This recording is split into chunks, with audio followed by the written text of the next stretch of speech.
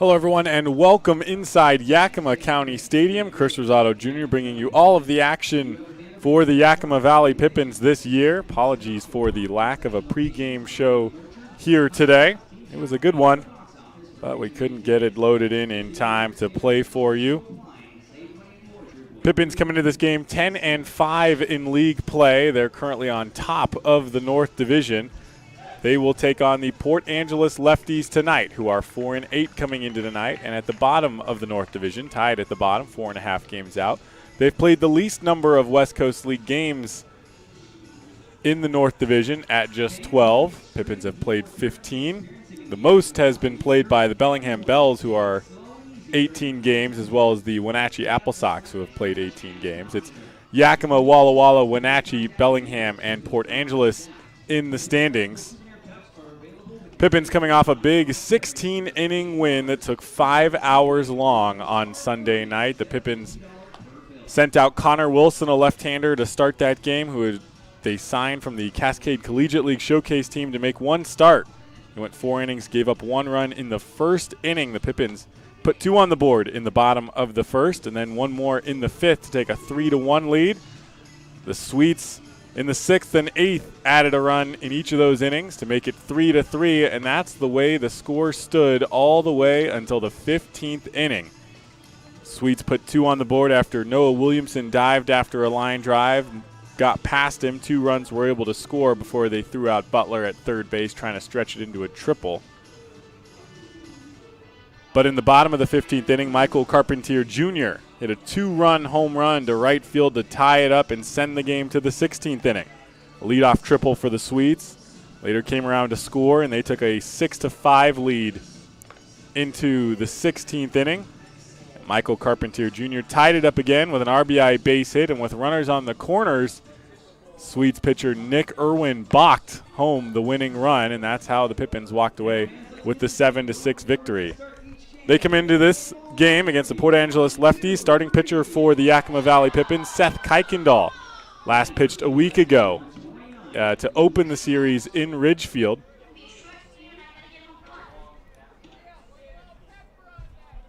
Some early drama here at Yakima County Stadium. The Pippins coaches let the home plate umpire know that the Port Angeles Lefties players were hanging outside of the bullpen. Kuykendall will pitch. Luke Saunders, the leadoff batter for the Port Angeles Lefties. Here's the first pitch from Kuykendall. And that catches the outside corner for a called strike. Luke Saunders, left-handed hitter here against the righty Seth Kuykendall. The 0-1. And that one also taken for a called strike. It's 0-2. Luke Saunders leads off tonight. He'll play right field for the Port Angeles Lefties. The 0-2 from Kuykendall. That one bounces in, taken for a ball. As I was saying, Kuykendall, last time out, series opener in Ridgefield. Pitched 4 scoreless innings. Then in the 5th, got into a little bit of trouble. Gave up 1 run and was pulled for Owen Wild, who finished out the last 4 1/3. Grounded back up the middle. Chaz Myers at shortstop today, and that one slips right underneath his glove. So on is Luke Saunders. We'll take you through the rest of the starting lineups for the Port Angeles Lefties. Today's starting lineups brought to you by the Yakima Herald Republic. For the best sports coverage in the Yakima Valley, subscribe to the Yakima Herald Republic either in print or online. You can subscribe by calling 577-7755. The Yakima Herald Republic, they tell your stories. Javi Espinoza hit second for the Lefties. He'll play second base as well. For taking off is Saunders. The first pitch outside for a ball and a throw down to second, not in time. Chaz Myers again continuing the trouble with his glove. Garrett Lake will hit third and play center field. Coleman Schmidt, the cleanup batter tonight, plays third base. Shea Thomas will hit fifth and play first base. Trevor Tashenko, the left fielder, hits sixth. Zach Thomas, the DH, will bat seventh for the Lefties. Jack Holman hitting eighth. He's behind the plate. And the bottom of the order, Nick Oakley, bunted foul by Javi Espinoza. And it's 1-1 for the second baseman.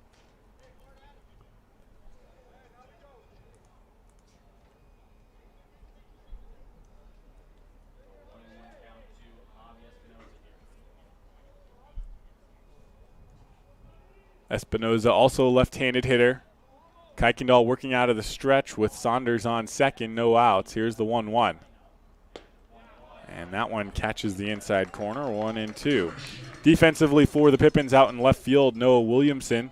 Chase Graves in the lineup at center field tonight, and Alex Fernandez in his third start with the Pippins plays right field. Bryce Martin Grudzelanek back with the team. Joined the team, I believe, Sunday night. Was part of the 16-inning game. Here's the 1-2. Hit back at Chaz Myers. Bobbles that one, but picks it up in time to throw over to first for the first out. Bryce Martin Grudzelanek at third. Chaz Myers, as you've seen, at shortstop. Mason Marenko gets the start at second base, and Willie Lajoie at first base.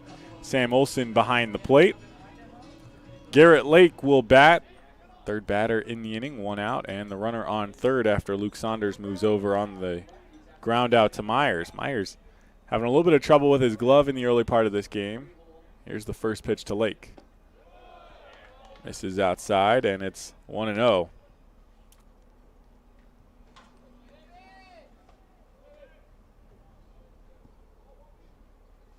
Kuykendall through the windup. The pitch. That one bounces, and Olson had some trouble finding it. The throw back to the plate, not in time as Kuykendall catches it on the wrong side of home plate and in safely as Luke Saunders. So the first batter aboard on the error. Steals second, moves over to third on the ground out, and scores on the pass ball. So 2 balls and no strikes for Garrett Lake now with nobody on and 1 out. Here's the pitch. That one on the inside, and Kuykendall back in it, 2-1.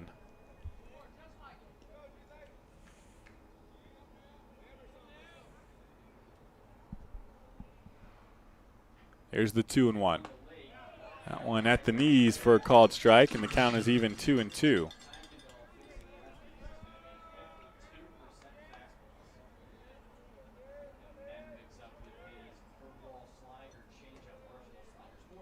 Two balls, 2 strikes. The pitch swung on and missed, and Garrett Lake goes down for out number 2.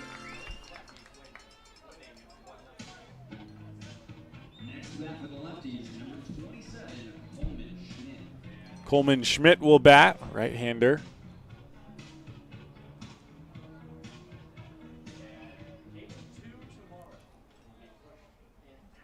Two outs and nobody on. Luke Saunders, the first batter of the inning, reached on the error by Chaz Myers. Stole second, moved over to third, and scored on a pass ball. Takes the first pitch for a strike. Coleman Schmidt does. Seth Kuykendall looks to limit the damage, just the one unearned run thus far. 0-1, breaking ball up high, grounded to Bryce Martin Grudzelanek. Throws on the run. It one-hops Lajoie, and he can't pick it. And so it gets past him, and Coleman Schmidt reaches on the second error of the inning by the Pippins.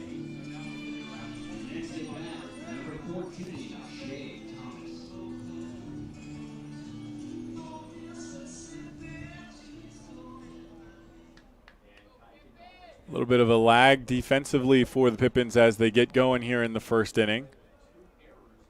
Shadows have they covered home plate from first pitch, mostly covering left field as they do at this time of the night. First pitch called strike to Shea Thomas.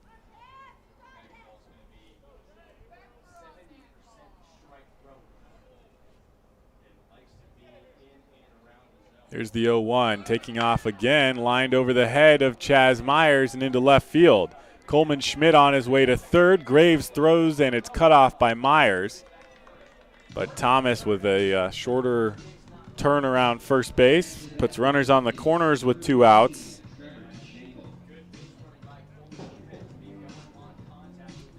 High heat in the area here in Yakima, 108 degrees currently. Was up around 113 earlier. Has dipped a little bit. Part of the reason that this game was moved back, it was originally a 6:35 start time, then turned to a 7:35 last week, and today the decision made to push it back to 7:55. We got started a little later than that First pitch fouled off by Trevor to Schenkel. But tomorrow, temperatures expected to be just as high, if not higher. So that game, which was scheduled for 7:35, a runner started to take off for second, lined into right center field. That will drop in the alley for a base hit. Thomas on his way to third. The first run already scored, and they trade spaces. It's a base hit that puts runners on the corners and scores Coleman Schmidt.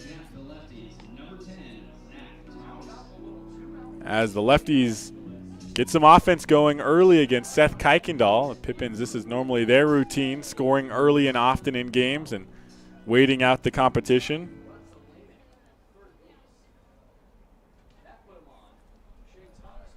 Two errors in the inning and 2 runs given up so far in the top of the first, 2 outs.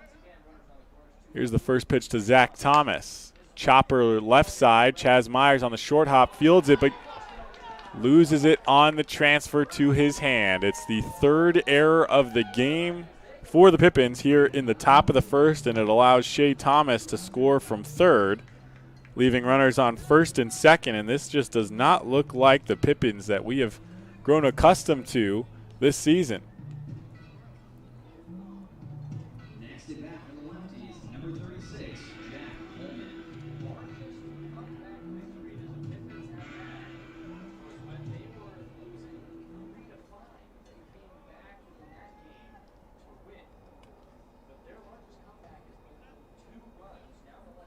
It is officially ruled an error for Chaz Myers at shortstop. So his 2nd error of the game and 3rd for the Pippins in just this first inning. Allows the 3rd run to score. Runners on first and second and 2 outs for Holman. Holman flies this one just foul of the Pippins bullpen over in Lefties.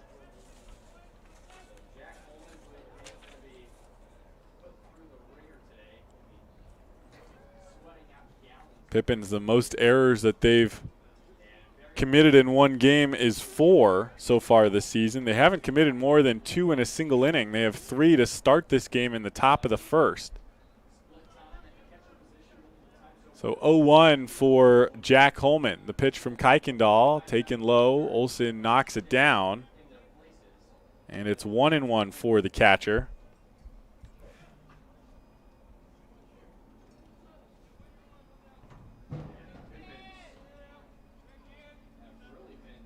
Pippins have to figure this out here. 1 ball, 1 strike. Think about going back to second. Kuykendall just steps off as Myers was chasing back to Schenkel on second.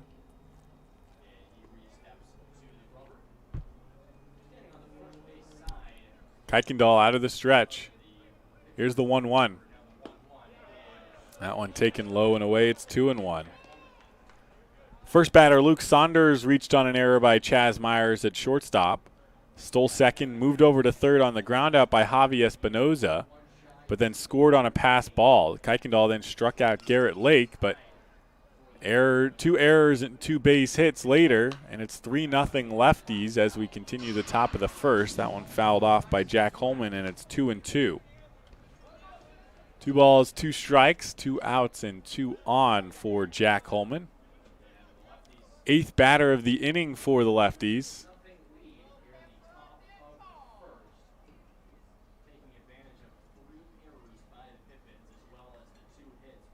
Seth Kuykendall gets the sign, comes set. Long set, now delivers the 2-2, runners going, and it's fouled off back to the backstop. Runners going on 2-2.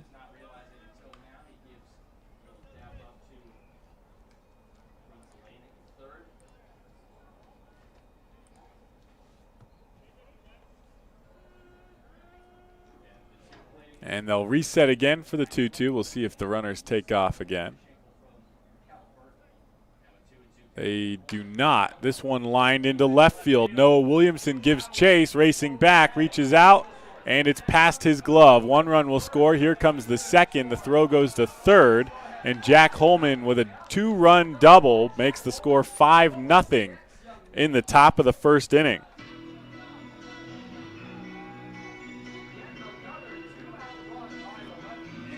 For the Lefties, number 12, Nick Oakley. So Nick Oakley, the Port Angeles Lefties have made their entire way through the batting order. Nick Oakley, the last batter in the batting order, will step to the plate with 2 outs, and Jack Holman on second base as they now lead 5-0. Kelly Fitzpatrick heads out for a quick mound visit with Kuykendall. And quick is an understatement. He didn't have a whole lot to say, but Kuykendall and Olsen with a little bit longer conversation. It's been a mixture. There have been 3 errors in the inning, but also now 3 hits by the Port Angeles Lefties. Granted, without the errors, this Kuykendall could have gone 3 up, 3 down.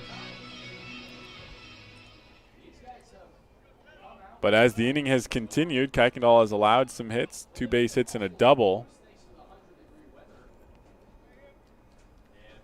None of these runs are earned so far for Seth Kuykendall, because the first batter reached on an error and the next 2 were retired, a strike, ground out and a strikeout. Here's the first pitch to Oakley, grounded right side. Mason Marenko, and that one goes under his glove.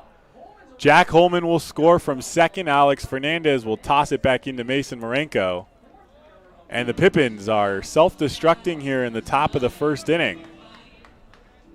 And the Lefties have batted around. Now to bat for the Lefties, number 29, Luke Saunders.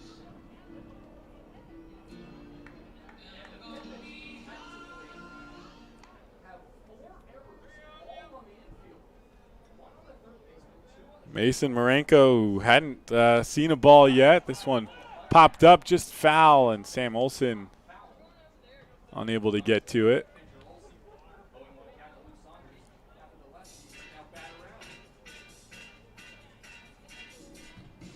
So everyone except Willie Lajoie on the infield has an error now for the Pippins. This is unprecedented this season for the Yakima Valley Pippins, as the Lefties have taken a 6-0 lead in the first inning. Taking off for second is Oakley, taken low in the dirt. Olsen does not throw, and Oakley takes second. 1 ball and 1 strike for Luke Saunders.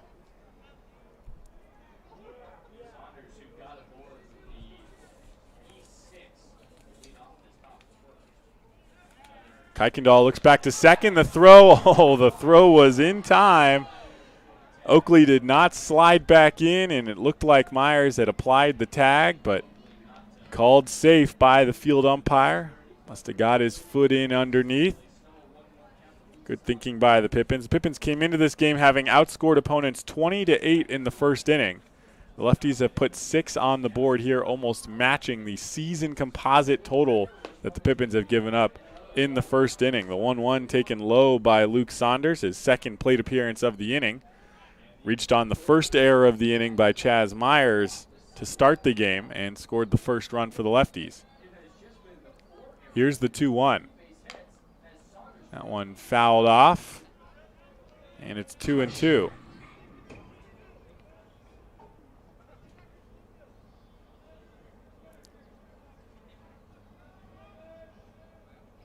The Pippins before this game took batting practice a little bit later than they would have.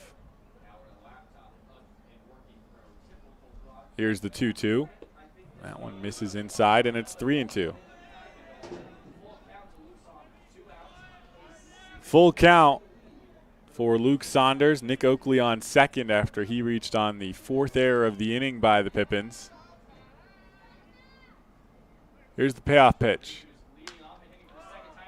Fly ball to center field. Chase Graves over and underneath it and makes the catch finally for out number 3. The Pippins commit 4 errors in the top of the first. They give up 6 runs. The Pippins will get their first turn at the plate when we return for the bottom of the first. You're tuned into Pippins Baseball on the Pippins Broadcast Network. Sure glad we went to Les Schwab. I'm glad the baby's still happy. Well, I'm just glad that along with tires, Les Schwab also does brakes, alignment, and a bunch of other safety services. I mean, if we'd gone to a cheap tire store instead, I'd be a doggone wreck. My thoughts exactly. Les Schwab Tires. Proud to be ranked #1 in overall customer satisfaction for aftermarket tire replacement by J.D. Power 2 years in a row. Our staff loves baseball, and we know how to match you with the perfect vehicle that fits your baseball lifestyle. We know that you'd rather be getting ready to head to the field or the big game, so we make sure you have the most efficient and stress-free experience as possible. So if you're a baseball fan in the market this month for a newer vehicle, go online or give us a call so that you can set up a time for you to experience our easy and upfront pricing and our hands-on trade-in process that will really ensure you have a great experience and get a great value while shopping with us. Harvest Auto, where we're happy to support you and the activities you love.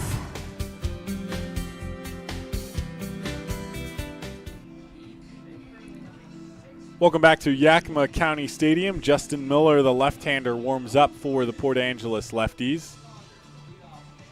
About 20 minutes after the start of this game, we finally move on to the bottom of the first. The Pippins commit 4 errors, matching their season high for errors in a game in the top of the first, allowing 6 runs to score.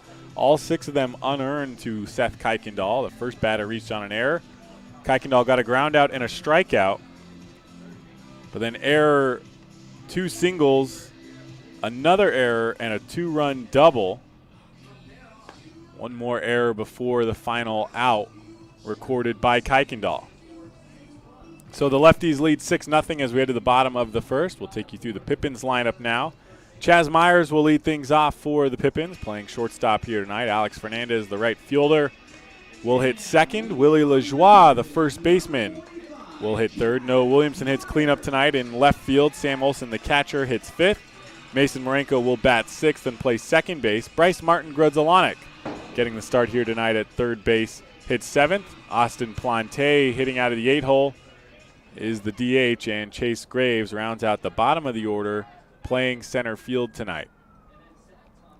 Here's the first pitch to Chaz Myers from Justin Miller. Myers squares around, pulls it back, and takes the ball way outside. Myers out of the University of the Pacific, just as Chase Graves. So this lineup bookended by a couple of Tigers. Here's the 1-0. That one bounces in, and it's 2-0.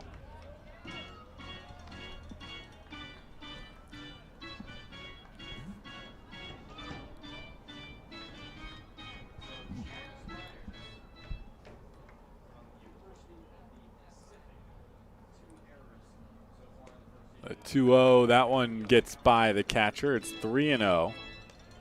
Justin Miller, 3 straight balls to start the at-bat for Chaz Myers.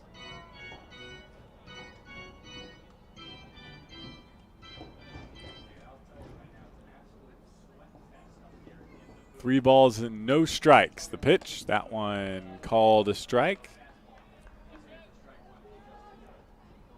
Chaz Myers keeps the bat on his shoulder with the 3-0. Now we'll be looking for a pitch to hit with 3-1.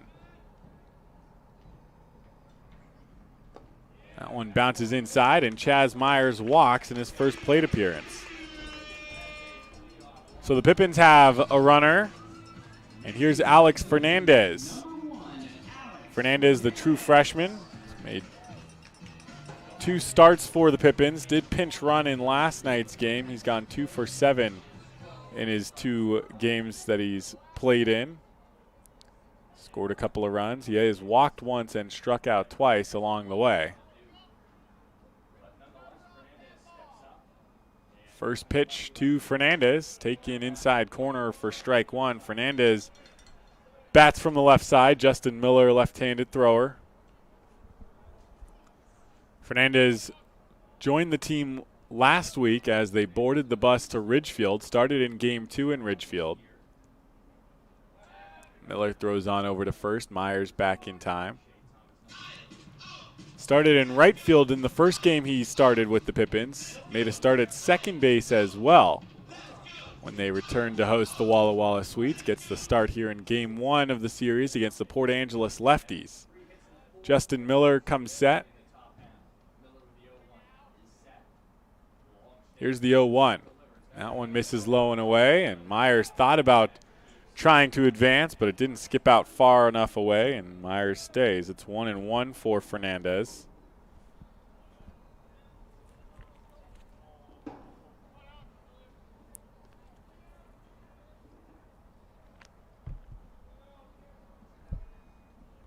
Miller comes set, staring at Myers at first, now delivers, bounces that one in the right-handed batter's box, and it's 2-1 for Alex Fernandez.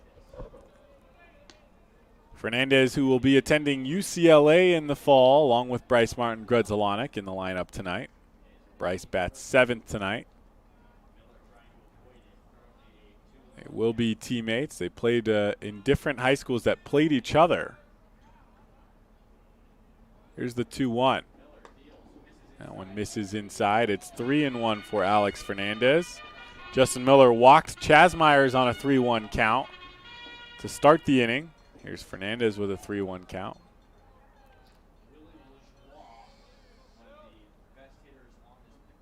Miller set and delivers. Swung on, grounded to the right side. Javi Espinoza tosses to second, and Fernandez too quick down the line. They won't turn two, but they do get the lead runner, Chaz Myers, at second.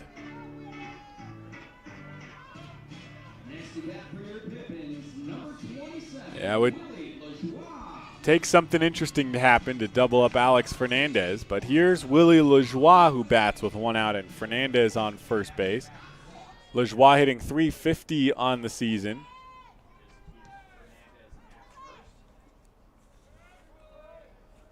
Lajoie currently on a 14-game hitting streak and has reached base in every game he's played in this season, all 17 of them. First pitch, that one misses away. 1-1, or 1-0 for Willie Lajoie.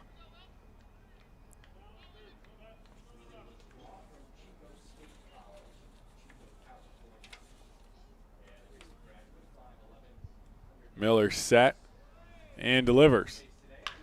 Grounded left side. This one has a chance. Oakley to second. Espinoza to first for the double play. And the Pippins get the first runner aboard, but a fielder's choice and a double play, and it's 3 up, 3 down for the Yakima Valley Pippins. They trail 6-0 as we head to the second. We'll be back. You're tuned into Pippins Baseball on the Pippins Broadcast Network. Stay connected and let Perry Technical Institute provide you with essential skills to take your career to the next level. Perry Tech offers 14 specialized programs, from instrumentation and industrial automation to medical technologies, agricultural and diesel equipment technology, and professional truck driving. In as little as 5 weeks, you could be on your way to a new rewarding career. Call Perry Technical Institute today at 509-453-0374 or visit perrytech.edu. What has not traveling this last year really cost us? How about our peace of mind? It's time for a change of pace. Time to put aside the stress of the last year and get a new perspective with Fly YKM. Take back the time you lost and save time for what really matters. It's time for Fly YKM. Fly faster. Fly safer. Visit flyykm.com and connect to over 88 cities today.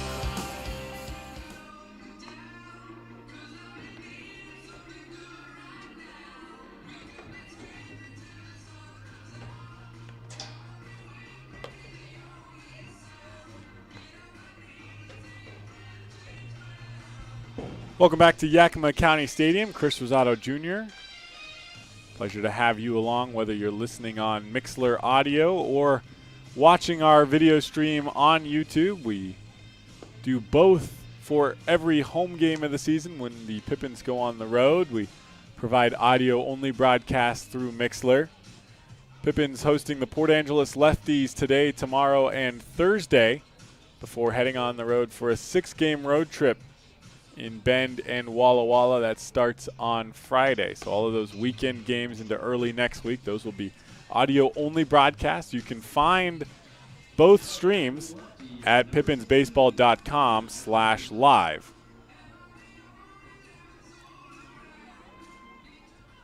Tomorrow night's game has been pushed back from 7:35 p.m. to 8:55 p.m. Gates will open at 8:10 p.m.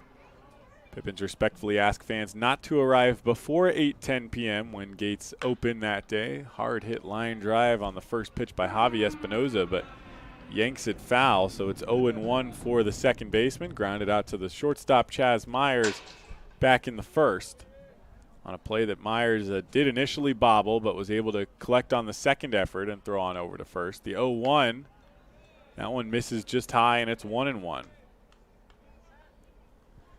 So tonight's game got started right about 8 o'clock. Tomorrow night's game, 8:55 p.m. first pitch. Here's the 1-1.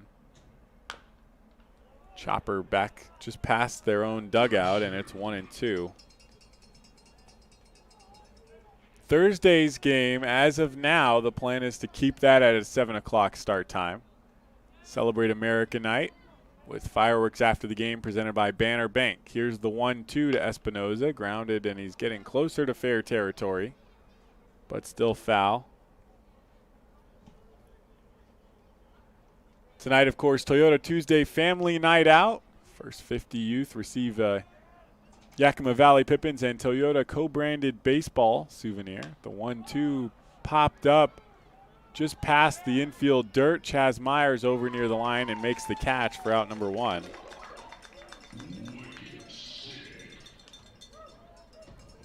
Tomorrow night, the second Baseball Bingo Winning Wednesday presented by St. Joe's Bingo, where the first 200 fans receive a free bingo card with various baseball activities on it. Opportunity to win a prize package courtesy of St. Joe's Bingo and the Yakima Valley Pippins. Here's Garrett Lake with 1 out and nobody on. Takes the first pitch for a ball. Tomorrow night, along with being Celebrate America Night, is also Thirsty Thursday, presented by Northwest Peanut Company and Iron Horse Brewing, with discounts on beer, cider, and wine, as well as soft drinks.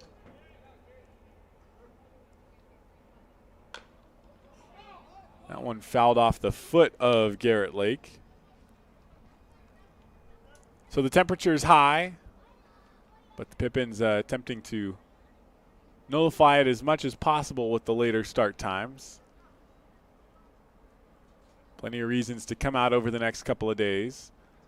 A weekend series against the Walla Walla Sweets had big ramifications for the standings in the North Division. The Sweets were within one game at one point. 1-1 foul, or no check to his swing, but it's bouncer over to Bryce Martin Grudzalanek, who gets the throw on over to first in time, and Garrett Lake is out number 2.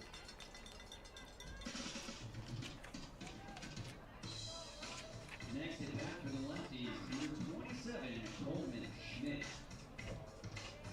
Sweets got themselves to within one game of the top spot in the North Division when they won the series opener 9-7 with a late inning comeback. But the Pippins, with the win on Sunday night, stretched out their lead to 3 games. The Port Angeles Lefties are 4.5 games back. First pitch bounces in and taken for a ball by Coleman Schmidt.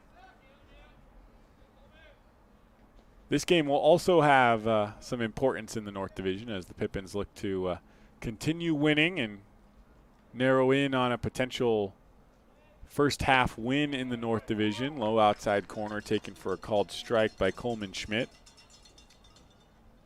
Meanwhile, the Lefties are at the bottom of the division, but as I said during the top of the broadcast, they've only played 12 games so far this season.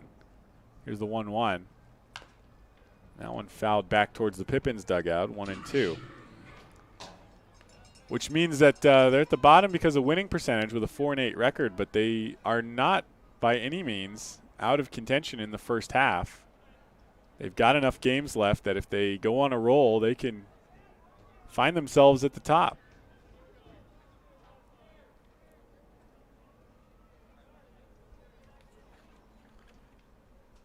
One ball, 2 strikes. Kuykendall shakes off a couple pitches. Here's the 1-2 up high, and Schmidt checked his swing.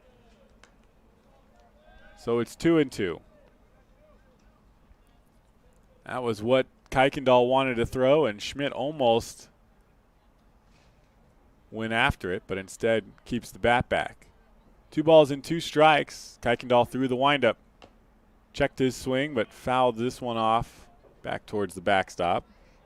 Second check swing that we've seen make contact. The first one was Garrett Lake checked his swing and hit a chopper to third base. Bryce Martin Grudzelanek with his head up made the play. Always make the play until the umpires tell you it's a foul ball. Here's the 2-2 to Schmidt. Hit hard over the head of Bryce Martin Grudzelanek. That will bounce fair in left field, and Coleman Schmidt with a 2-out base hit goes to second. The throw from Noah Williamson, and Schmidt is safe at second. It looked like he might have come off the bag, but he must have been laying on it. A great throw by Noah Williamson. One hop Mason Marenko at second. Good catch and tag, but just not in time, and Coleman Schmidt on with a 2-out double.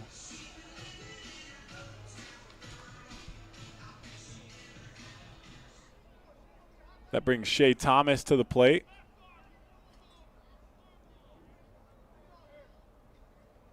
First pitch. Line drive to right center in the alley will one hop on the warning track.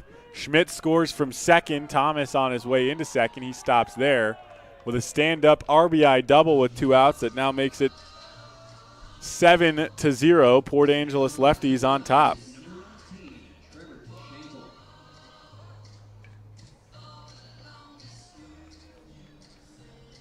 So Trevor Tashenko will bat. Had a base hit his first plate appearance back in the first inning. Was one of just 3 hits that the Lefties put together in that 6-run inning. Took advantage of 4 errors by the Pippins infielders. Kuykendall comes set to deliver the first pitch to Tashenko. Swing and a miss off the outside edge, and it's 0-1.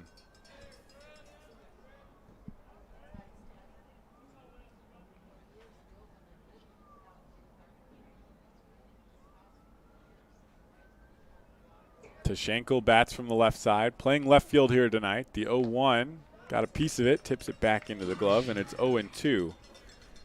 So Kuykendall with 2 quick outs, then gives up the double to Schmidt and double to Shea Thomas. Out in front of Trevor Tashenko. So far 7 runs for the Port Angeles Lefties in 1 2/3. Here's the 0-2.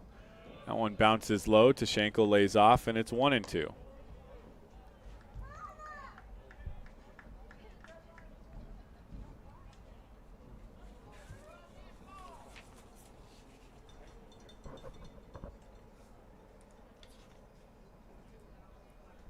Kuykendall looks back to second, now delivers, and that one up at the letters. Taken for a ball, it's 2-2.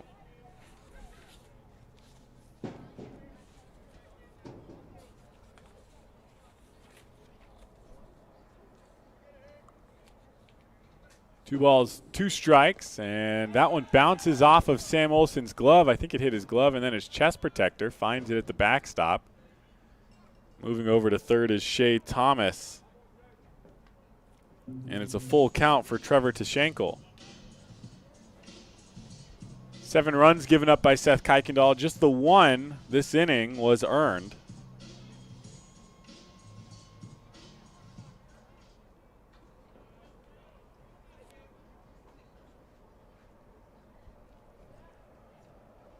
Tashenko with a full count, 2 outs, runner on third.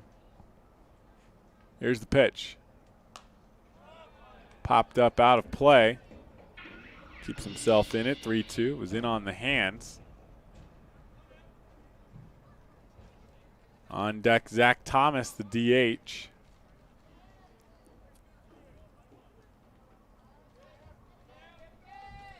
There's the payoff pitch again.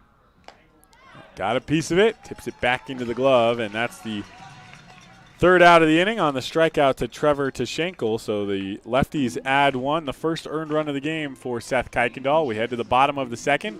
Lefties lead 7-0.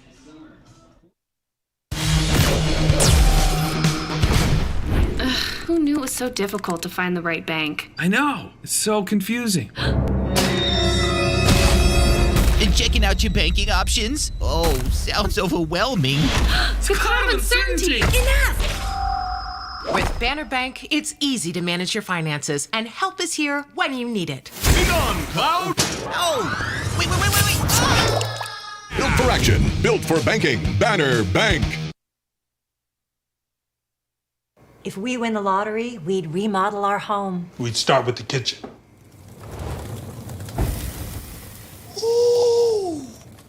And out back is where the big trucks will go.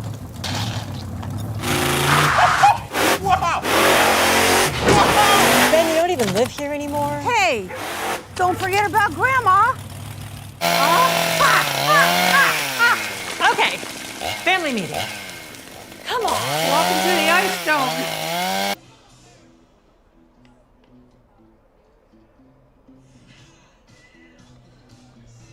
Welcome back to Yakima County Stadium. It's a 7-0 lead for the Port Angeles Lefties as the lefty Justin Miller gets warmed for his second inning of work.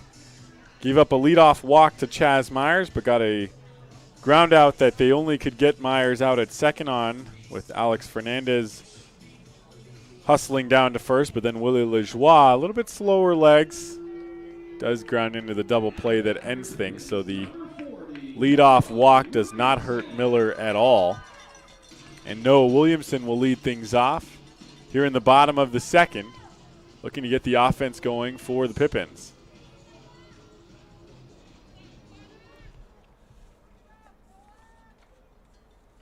It will be Williamson, Olsen, and Mason Marenko to lead things off for the Pippins. First pitch swinging and misses on a pitch low and away.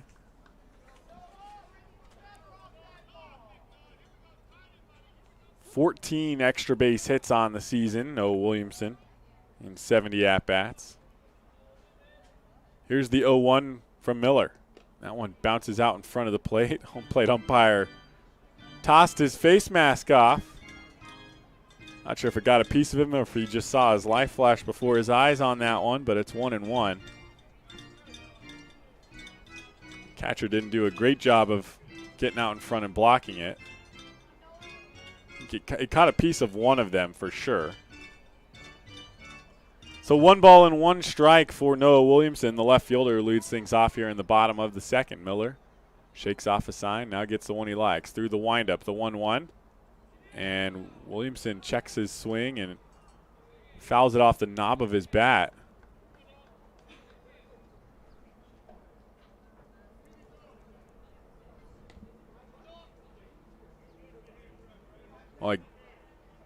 Okay, I guess he didn't foul it off the knob of his bat.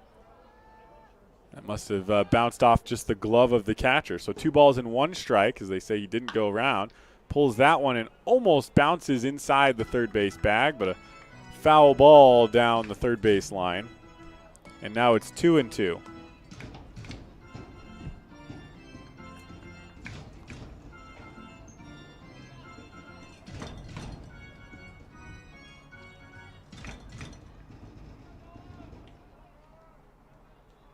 Williamson last night, on Sunday. That one misses for a ball. Justin Miller definitely not getting on the good side of the home plate umpire tonight. 3 balls and 2 strikes. The payoff pitch. In the dirt, Williamson swings at it. It bounces all the way to the backstop, and Williamson will reach the 3rd time of the season. He's reached on a drop 3rd strike.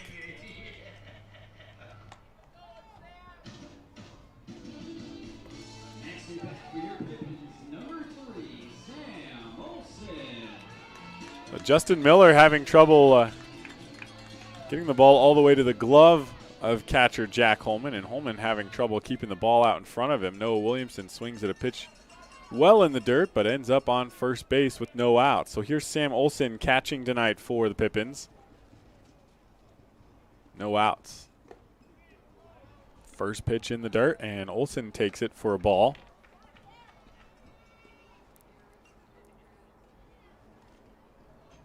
And time is called for a mound visit, as Miller is having a lot more trouble here in the second inning than he did in the first. Olsen in Sunday's game came on in the 8th inning to pinch hit for Donald Saltabon Jr., who was 0 for 3 at that point in the game.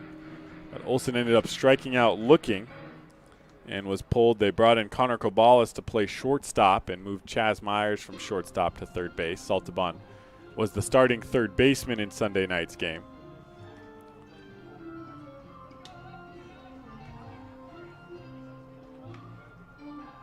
Mound visit over for the Port Angeles Lefties. The Lefties wearing their orange jerseys.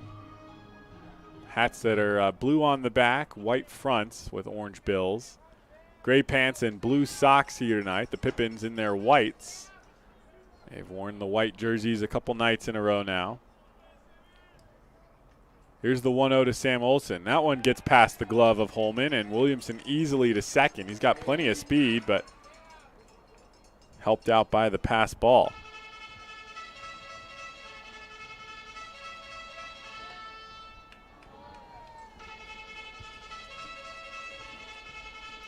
And if the Lefties aren't careful, this could end up snowballing like the top of the first did for the Pippins. One error turned into 2, turned into 4, and the Lefties were able to put 6 on the board. Here's the 2-0. That one finds the strike zone and taken by Olson. It's 2 balls and 1 strike. Can't blame the Pippins. Most likely telling Olson to take it until he gets a strike, as Miller was struggling not just to throw a strike, but keep it out of the dirt. Here's the 2-1. That one bounces again, and Williamson will move to third as it skips off the hip of Jack Holman.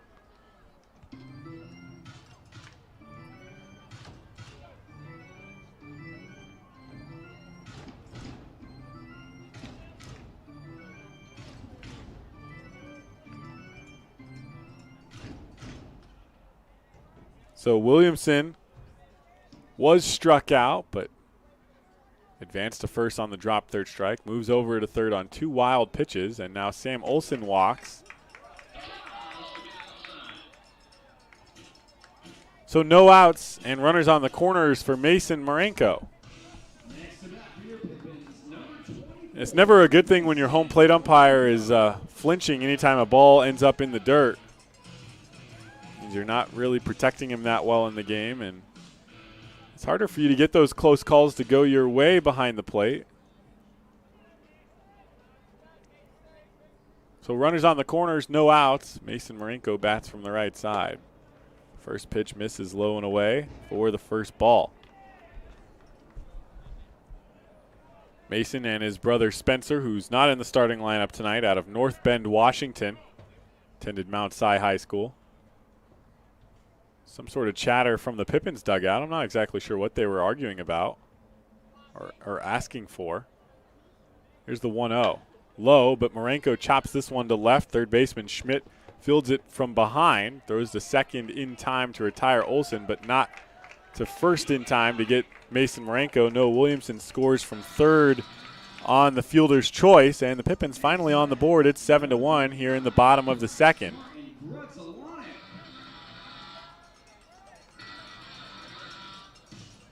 So here's Bryce Martin Grudzelanek, his first at-bat of the night. Bats with Mason Marenko on first base. The Pippins trailing by 6 in the bottom of the second with 1 out. Behind him, the big-hitting left-hander Austin Plante. First pitch to Bryce. Popped up, foul territory, tailing out of play, and will bounce on top of the tent covering the picnic deck out in right field.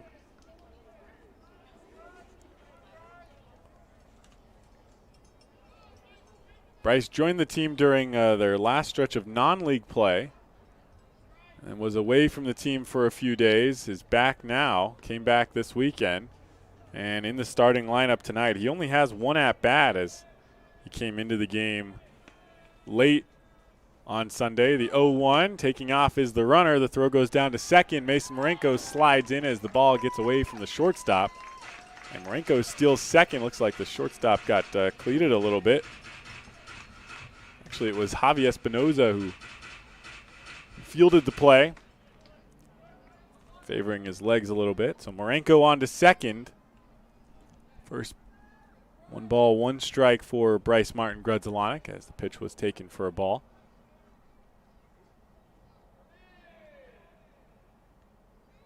Here's the 1-1. And that one misses outside. 2-1. Mason Marenko still second base against the lefty. Not an easy thing to do. Already seen the pickoff move from Justin Miller. Must have saw something they could pick out. Here's the 2-1. Popped up, foul territory again near the Port Angeles Lefties dugout. Stays in play but goes off the palm of the first baseman, Shea Thomas. And so Bryce Martin Grudzalanek will get an opportunity here to continue his at-bat.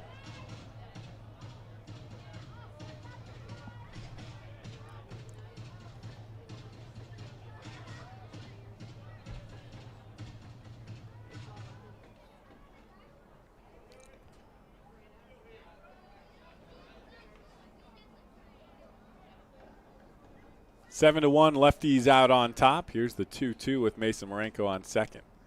Takes the pitch inside. Mason stays as the catcher Holman had some trouble finding it. 3 balls and 2 strikes now for the third baseman. Came into the game late. Came on in the top of the 15th inning after Lajoie was pinch ran for and played first base for the final 2 innings, had 1 at-bat. Here's the 3-2. That one misses inside, and Bryce walks, the second walk of the inning, given up by Justin Miller. Puts runners on first and second with 1 out for Austin Plante. Next at to bat, number 14, Austin Plante.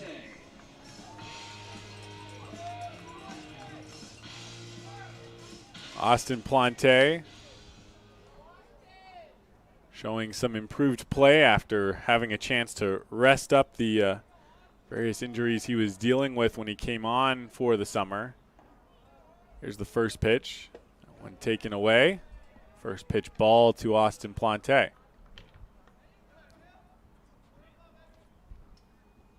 Because he struggled a lot in the early going, his batting average still trying to catch up. He has a 111 batting average and 18 at-bats, but his on-base percentage of .370, aided by 8 walks that he's been able to put together.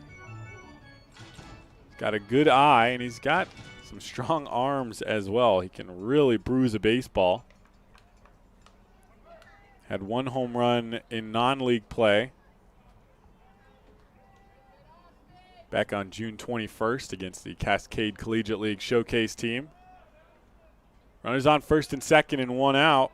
Here's the 1-0 to Plante. Up high, Plante holds back, and it's 2-0. They check with the field umpire. He got close. Almost about as far as you can go with the bat and still say you didn't swing, and it looks like they've wasted enough time. They're going to go ahead and make a pitching change. The Port Angeles Lefties we'll have that change for you when we return to the bottom of the second inning as the Lefties lead 7-1, but the Pippins with 2 runners on and 1 out. We'll be right back. You're tuning into Pippins Baseball on the Pippins Broadcast Network.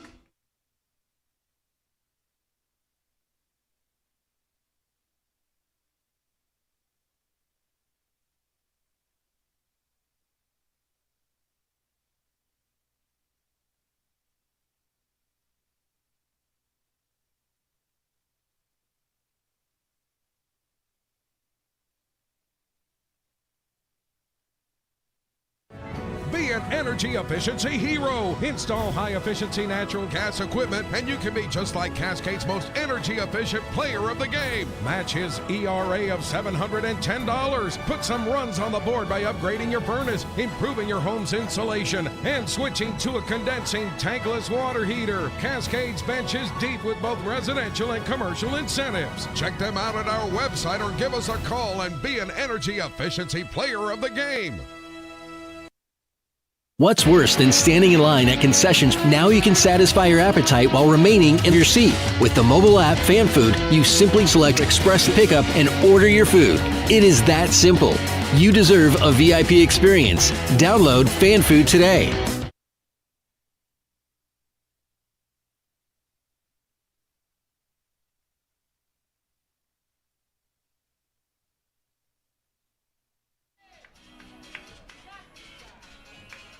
Welcome back to Yakima County Stadium. New pitcher for the Port Angeles Lefties. It is Steven Brooks, the right-hander, who takes over in the bottom of the second. So the starter, Justin Miller, gets through 1 1/3 innings pitched. Gave up no hits. but walked 3 batters in that outing. He did earn 1 strikeout, but the strikeout to Noah Williamson that he later reached on the drop third strike. Groundouts were the only means of getting outs for Justin Miller. Gives way to Steven Brooks with 1 out and runners on first and second. Austin Plante at bat had 2 balls on him when they made the change. So here's the 2-0 pitch. This is off the outside corner. Always tough to come in as a pitcher in the middle of an at-bat. You don't get the same opportunities. Instead of having 4 balls to work with, he comes in, he only has 2 to work with. And now only has 1 as Plante has a 3-0 count. Here's the pitch.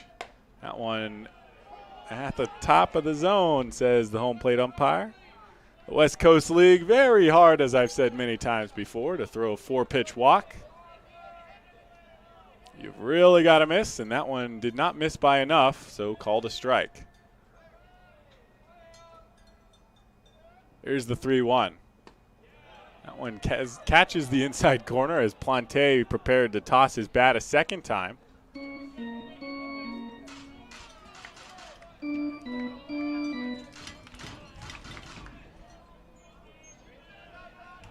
So full count for Austin Plante. 1 out, 2 runners on. The pitch. Fouls it off the end of the bat.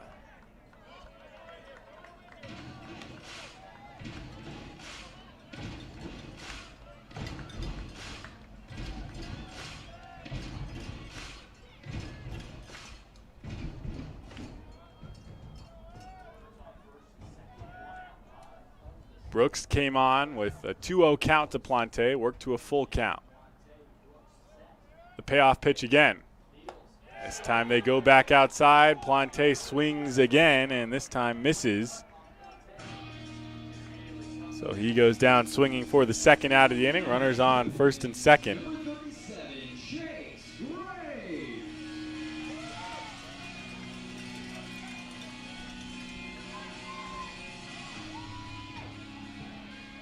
Chase Graves will bat the bottom of the order. Had made every start that he was in the lineup at the top of the lineup. His last appearance batted 7th, moved down to 9th here tonight. Fly ball to shallow center field. Garrett Lake runs up and makes the catch for out number 3. So the Pippins get their first run as Noah Williamson reaches after the drop third strike, moves to second and then to third on 2 different wild pitches, and scores on the fielder's choice by Mason Marenko. They strand 2. We'll head to the third. Lefties leading 7-1.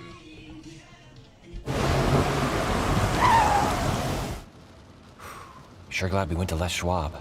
I'm glad the baby's still happy. Well, I'm just glad that along with tires, Les Schwab also does brakes, alignment, and a bunch of other safety services. I mean, if we'd gone to a cheap tire store instead, I'd be a doggone wreck. My thoughts exactly. Les Schwab Tires, proud to be ranked #1 in overall customer satisfaction for aftermarket tire replacement by J.D. Power 2 years in a row. Our staff loves baseball, and we know how to match you with the perfect vehicle that fits your baseball lifestyle. We know that you'd rather be getting ready to head to the field or the big game, so we make sure you have the most efficient and stress-free experience as possible. So if you're a baseball fan in the market this month for a newer vehicle, go online or give us a call so that you can set up a time for you to experience our easy and upfront pricing and our hands-on trade-in process that will really ensure you have a great experience and get a great value while shopping with us. Harvest Auto, where we're happy to support you and the activities you love.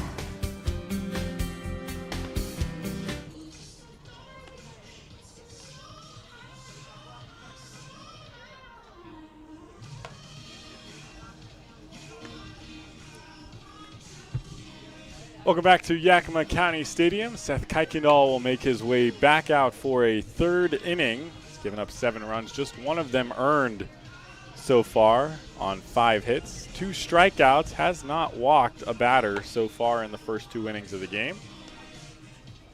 From what we've seen, a pretty standard performance from Kuykendall that just was not helped by the errors around him in the infield. Mostly pitches to contact, does have the couple of strikeouts that have helped him out. and for the most part did his part, induced the ground balls, but the infield was just having trouble in the first inning, a little bit slow to get started, and ended up giving six unearned runs up. First pitch to Zach Thomas is flown into shallow right. Mason Marenko drifts out onto the outfield grass and makes the catch for out number 1.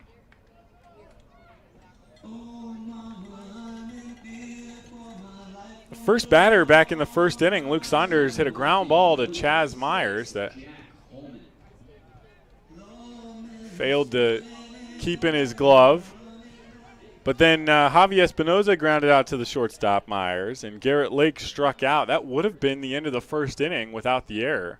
And instead it continued with another error, this time by Bryce Martin Grudzalanek, as the first pitch taken for a ball by Jack Holman. And then 2 base hits by Shea Thomas and Trevor Tashenkel, followed by the third error of the inning, the second one by Myers off the bat of Zach Thomas.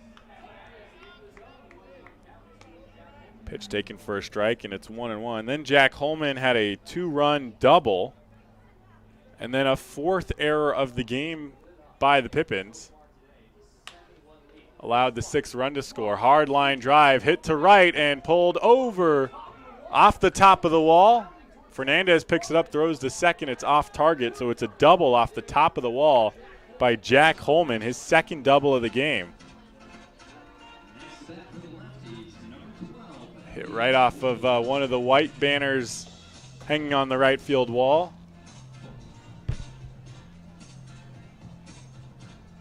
Initially looked like it had cleared the fence, but it's off the top. So Holman with the double puts him on second for Nick Oakley, the bottom of the order, here in the top of the 3rd inning. First pitch to Oakley over the heart of the plate, taken for a called strike.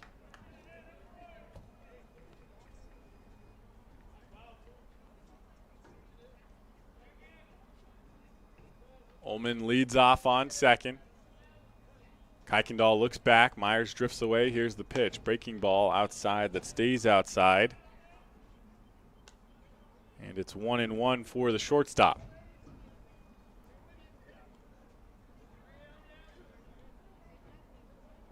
So 4 errors in that first inning, the most in an inning by the Pippins this season, and the 4 in the game so far are the most in the game. This one popped up shallow left field. Noah Williamson races forward and calls off Chaz Myers to make the catch for out number 2. Myers was drifting out onto the grass and was just about underneath it, but Williamson apparently with a louder call, 1 out.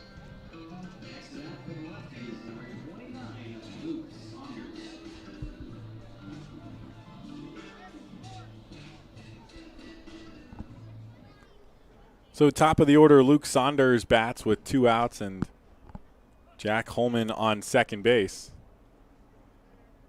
First pitch from Kuykendall, backdoor curveball that's in there for a called strike.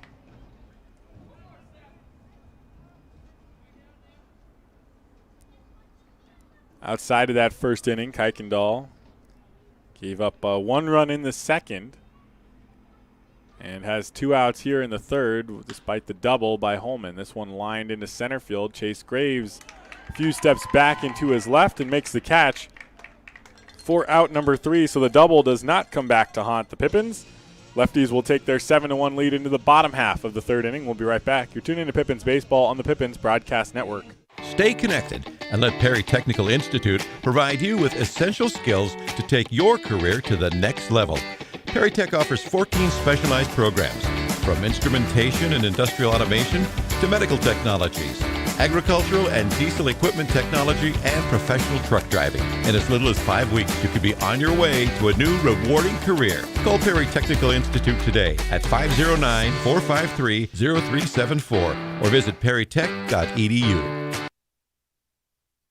What has not traveling this last year really cost us? How about our peace of mind? It's time for a change of pace. Time to put aside the stress of the last year and get a new perspective with Fly YKM. Take back the time you lost and save time for what really matters. It's time for Fly YKM. Fly faster. Fly safer.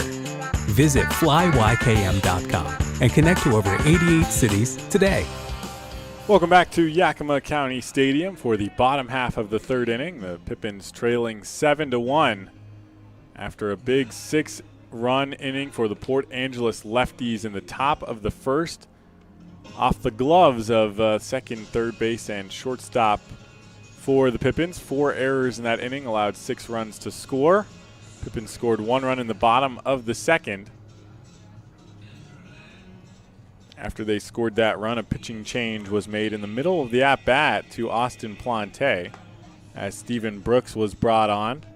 Got the last 2 outs of the inning. He'll face the top of the order, Chaz Myers, Alex Fernandez, and Willie Lajoie here in the bottom of the third.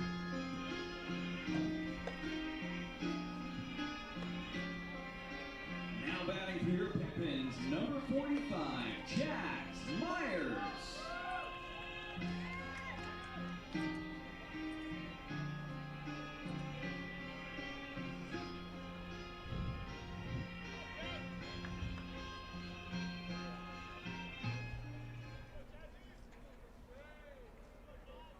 Brooks coming into this game, 1.12 ERA in 6 appearances for the Port Angeles Lefties.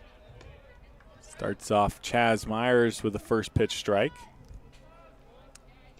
Has lowered it slightly with the first 2 outs he gained. Here's the 0-1. Myers off the end of the bat. Lots of spin up the middle. Enough time for the shortstop to make the play, but the throw is not in time as Oakley one-hop Shea Thomas, and Chaz Myers reaches on the infield base hit to lead off the bottom of the third. So here's Alex Fernandez, batting for the second time tonight. Grounded into the fielder's choice as Chaz Myers started the bottom of the first inning with a walk. They got Myers at second, not nearly enough time to get Fernandez at first. But then Lajoie grounded into the double play that ended the first inning.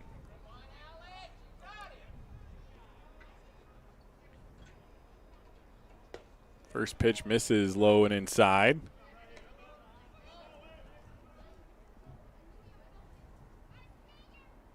Fernandez with a good eye, walked more than he struck out, almost twice as many times as he struck out in the high school season before coming here. Here's the 1-0. Just on the outside corner, and it's 1-1 for Fernandez.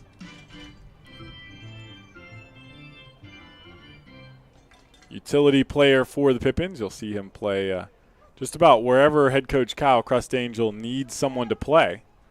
Here's the 1-1, swing and a miss. They throw back down to first. Myers back in safely. And it's 1-2 for Alex Fernandez.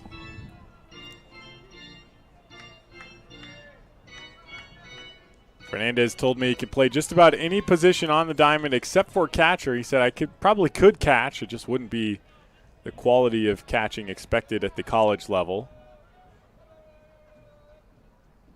Here's the 1-2. That one inside, and Fernandez evens the count up 2-2.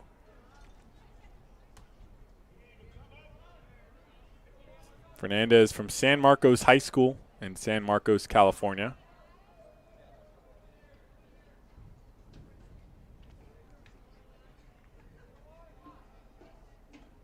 The 2-2, he takes on the outside corner. Fernandez checked his swing, thought he looked at a ball, but instead called a strike, and there's 1 out in the bottom of the third. So Chaz Myers on first. Here's Willie Lajoie, who grounded into the double play that ended the bottom of the first inning. Looking to extend his hitting and on-base streaks. First pitch to Lajoie, in on the hands, taken for a called strike.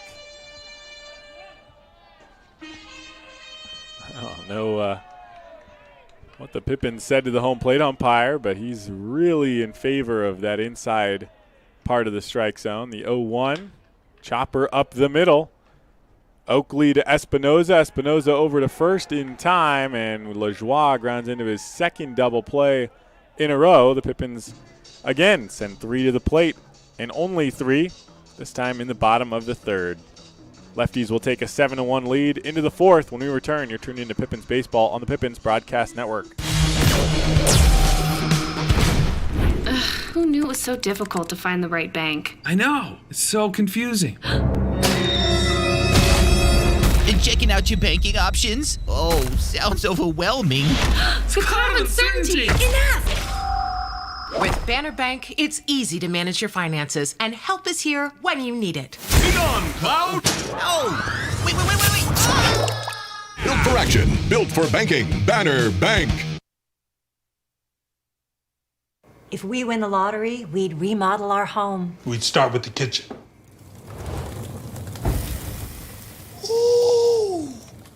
And out back is where the big trucks will go.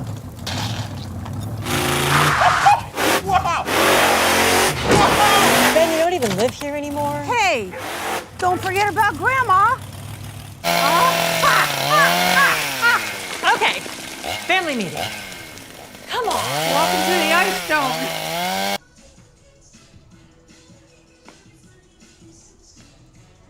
Welcome back to Yakima County Stadium. The Pippins held the Port Angeles Lefties scoreless for the first time in the top of the third. The Pippins held scoreless for the second time in the bottom of the third. So the Lefties lead 7-1 as we enter the fourth inning. Seth Kuykendall back out for a third inning of work. He's given up 6 hits, 7 runs, just the one of them earned when he gave up in the second inning. He has not walked a batter and has struck out 2 so far along the way. Pippins' pitching staff, for the most part, built out of pitchers that just throw strikes, pitch to contact, not necessarily strike out pitchers. And the offense has generally been enough to back them up.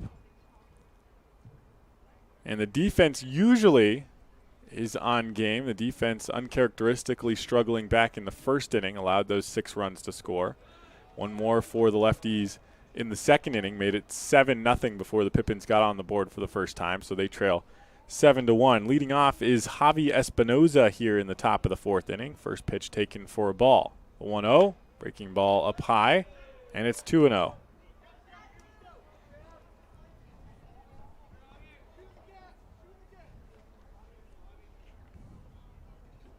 Espinoza from the left side, the 2-0. That one just below the letters, and it's 2-1.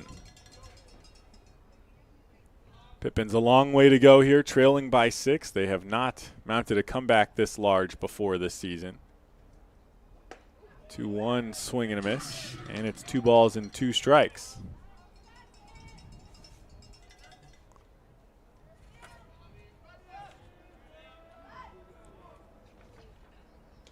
Kuykendall threw the windup. The pitch up high and fouled off. Chopper first base side, and foul.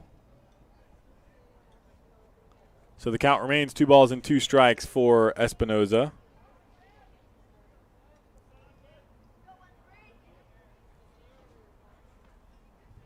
The 2-2 again. Fouled off of Sam Olson behind the plate. I think especially on hot days, long at-bats just really wear on pitchers. Talked to head coach Kyle Crustangel before the game about the heat and how his team would deal with it. The 2-2 off the inside of the bat. One hops Mason Marenko, throws across his body on the run to first for out number 1.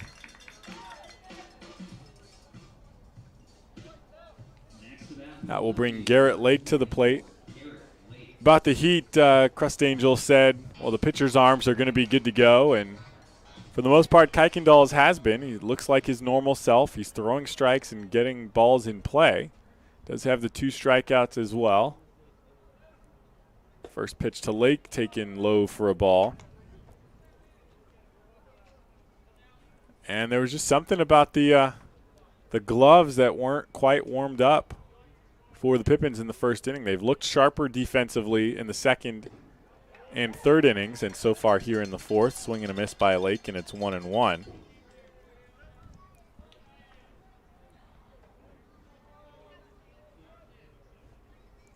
But this team can never really be counted out.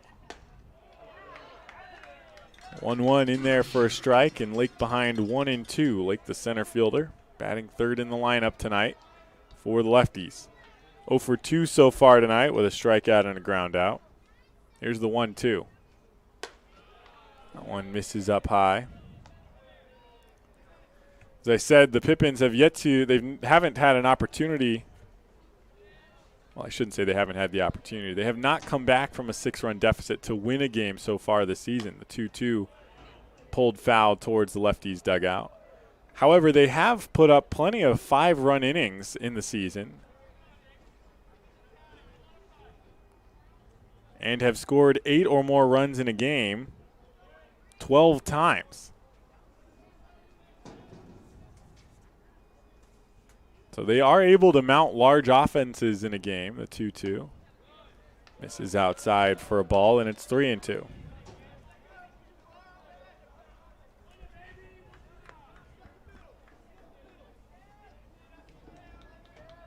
They also had a 5-run ninth inning back in Ridgefield, so it can't even be counted out in the ninth. It popped up middle of the infield. Chaz Myers making the call at shortstop and does make the catch for out number 2.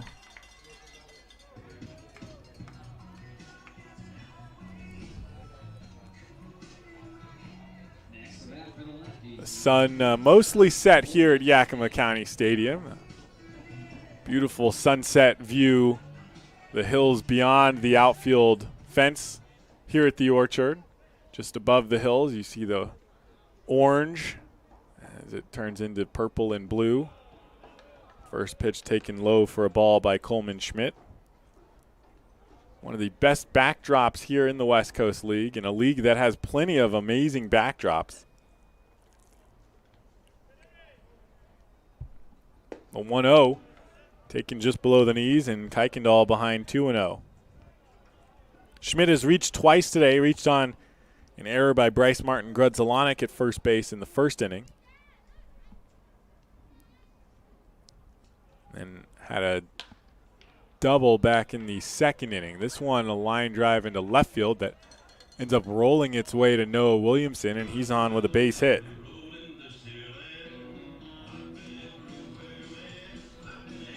So 2-out base hit for Coleman Schmidt. Plenty of 2-out hits for the Port Angeles Lefties. 5 out of the 6 runs scored in the first inning were scored after the Pippins got 2 outs. And the offense didn't start in the second inning until there were 2 out. First pitch misses for a ball to Shea Thomas. So Coleman Schmidt leads off on first. 2 outs, 1 ball, no strikes for the first baseman Thomas. Kuykendall out of the stretch. The pitch up high and taken for a ball.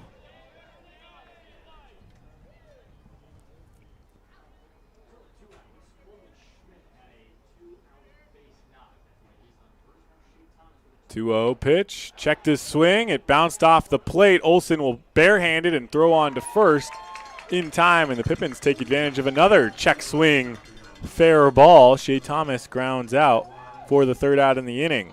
They get 1 runner on, but they strand him. We head to the bottom of the 4th. Lefties lead 7-1. We'll be right back. You're tuning in to Pippins Baseball on the Pippins Broadcast Network. Be an energy efficiency hero. Install high-efficiency natural gas equipment, and you can be just like Cascade's most energy-efficient player of the game. Match his ERA of $710. Put some runs on the board by upgrading your furnace, improving your home's insulation, and switching to a condensing tankless water heater. Cascade's bench is deep with both residential and commercial incentives. Check them out at our website or give us a call and be an energy efficiency player of the game. What's worse than standing in line at concessions? Now you can satisfy your appetite while remaining in your seat. With the mobile app Fan Food, you simply select Express Pickup and order your food. It is that simple. You deserve a VIP experience. Download Fan Food today.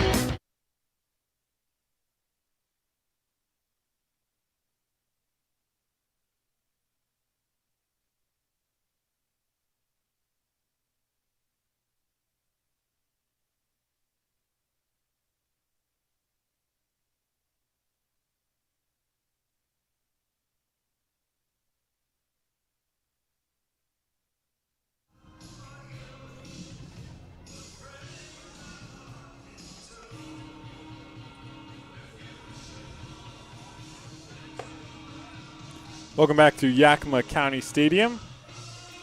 West Coast League busy today. The entire league had off last night. No league games being played on the Monday night. Bellingham at Ridgefield got started earlier tonight. Started at 6:30. They played a nice brisk 2-hour, 43-minute game, and Bellingham defeated the Raptors 7-1.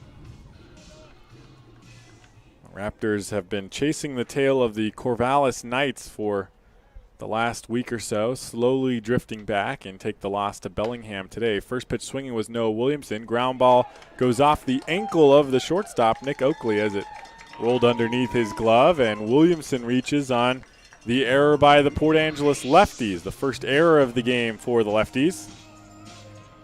Next to that for the Pippins, number 3, Sam Olsen. Noah Williamson, who can hit some rockets off his bat, whether they're in the dirt or in the air. But this time, that wasn't necessarily the hardest hit ball he's hit.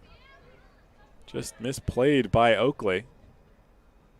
So here's Sam Olsen, who bats with no outs and Williamson on first. First pitch taken on the outside corner for a called strike. Williamson always a threat to run. Has stolen 3 bases this season. Stole his 3rd one on Sunday against Walla Walla. Here's the 0-1. Thought he hung one up. Olsen swings through it. Got a piece of it. But not enough to redirect it out of the glove of Jack Holman. So no balls and 2 strikes for Olsen, with Williamson on first to lead off this bottom of the 4th inning. Pippins trail by 6. Here's the pitch from Brooks. That one low. Williamson takes off. It was in front of Holman the whole time, and he's thrown out, trying to go to second. Second time this season, Noah Williamson has been caught trying to steal a base. He's now 3 for 5. Tried to get the quick read on the ball in the dirt, but Holman blocked that, and it was in front of him the entire way.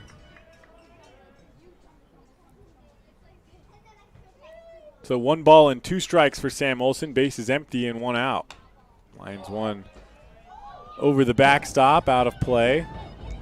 And the count remains 1-2. Mason Marenko on deck. Grounded into a fielder's choice. In Sam Olsen's first plate appearance, he walked and was put out at second on the fielder's choice. Brooks steps off, wipes some sweat, and now gets back on, ready to go. 1 ball and 2 strikes. The pitch to the catcher. Awkward spin off of it, but up the middle, and it's a base hit for Sam Olsen as it bounced once on the infield dirt behind the second base bag and into center field. So 1 runner on, 1 out for Mason Marenko.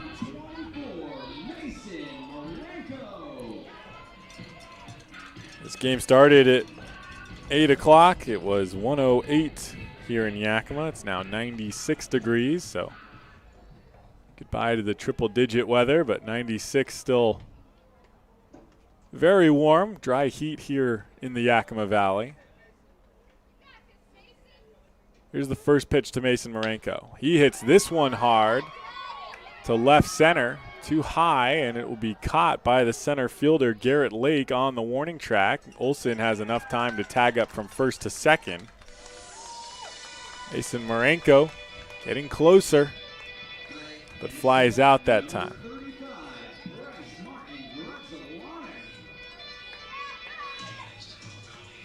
So here's Bryce Martin Grudzalanek. He walked in his first plate appearance. Was the last plate appearance that Justin Miller, the starting pitcher, completed. He then threw 2 balls to Austin Plante before he was replaced. Miller at that point was bouncing most of his pitches in.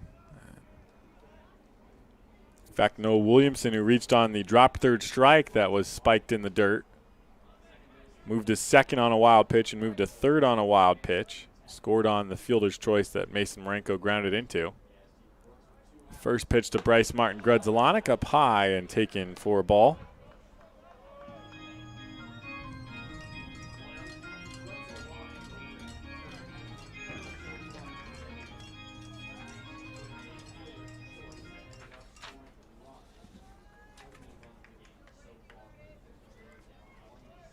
1 ball and no strikes. Stephen Brooks set and delivers that one low and away, and Bryce takes it's now 2-0. Timeout called as Jack Holman will head out for a chat with Stephen Brooks. Port Angeles lefties hope that this isn't a pattern that emerges with their pitchers.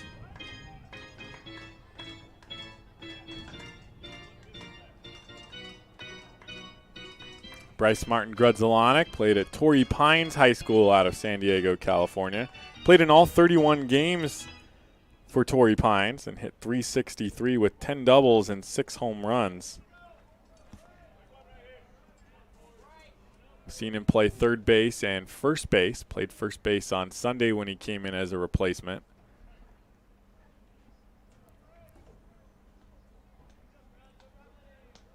Two balls and no strikes. Look back to second twice and pitch chopper left side. Third baseman Coleman Schmidt waits back on it, makes the catch and throws. And the first baseman, Shea Thomas, pulls his foot on the play that Bryce Martin Grudzelanek would have been out at first.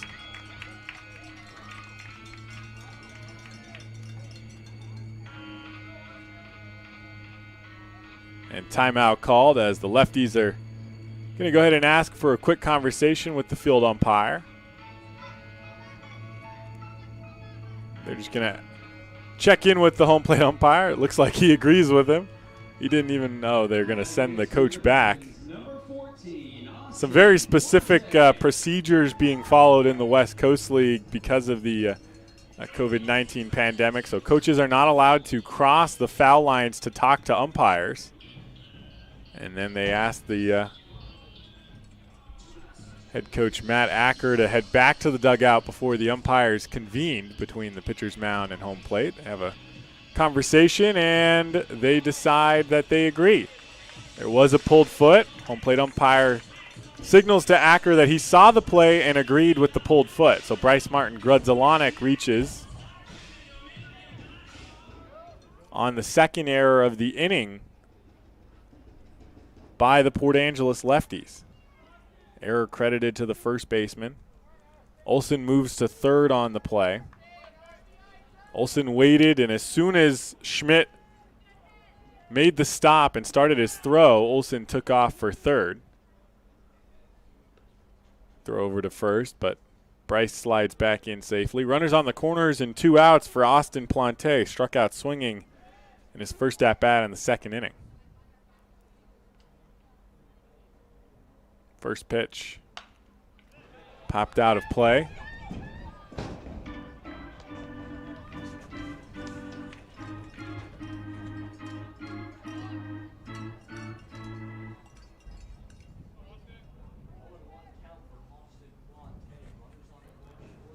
No balls and 1 strike, and he fly ball to center. Garrett Lake ranges over to his right and makes the catch for out number 3. So the Pippins get 2 runners on, but they can't push across another run. The lefties lead 7-1 as we head to the 5th. We'll be right back. You're tuned into Pippins Baseball on the Pippins Broadcast Network. Sure glad we went to Les Schwab.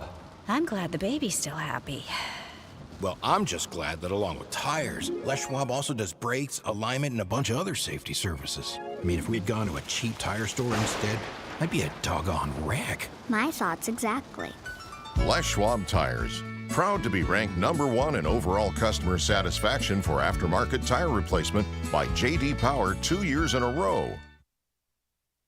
Our staff loves baseball, and we know how to match you with the perfect vehicle that fits your baseball lifestyle.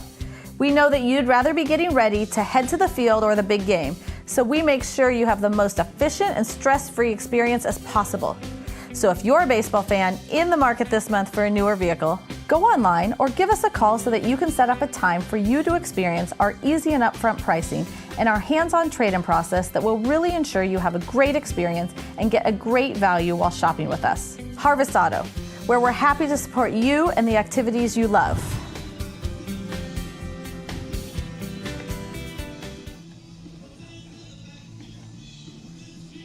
Seth Kuykendall will return for a 5th inning of work for the Yakima Valley Pippins. He's started to settle into a little bit of a rhythm here over the last couple of innings.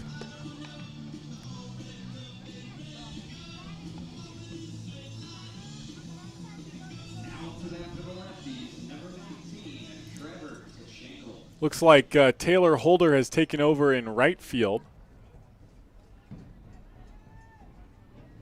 At least according to the live stats here.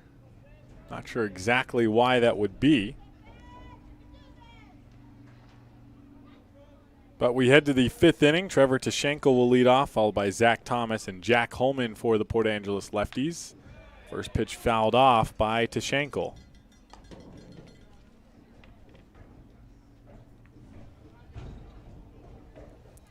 Home plate umpire couldn't find the baseball. It was on a white star on the grass that's been painted. Beautiful paint job here behind home plate and down the lines as well. Pippins are not in town for the 4th of July, so celebrating through this series with culminating in Celebrate America Night on July 1st, the Thursday game that concludes this 3-game set. Our 4th of July fireworks will take place on July 1st. 1-1 count to Trevor Tashenko.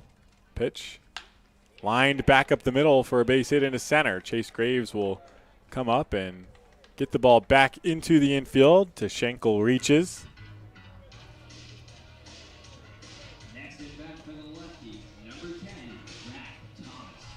It's the first leadoff hit for the Port Angeles Lefties in this game. They did have the leadoff batter reach on an error to start the game. So here's Zach Thomas. And it looks like I would imagine that the change to the outfield alignment that I mentioned, Taylor Holder coming into the game, might be official, as it looks like Sam Olson relayed a change to the home plate umpire. First pitch, runner started to go, but stopped, taken for a called strike by Zach Thomas.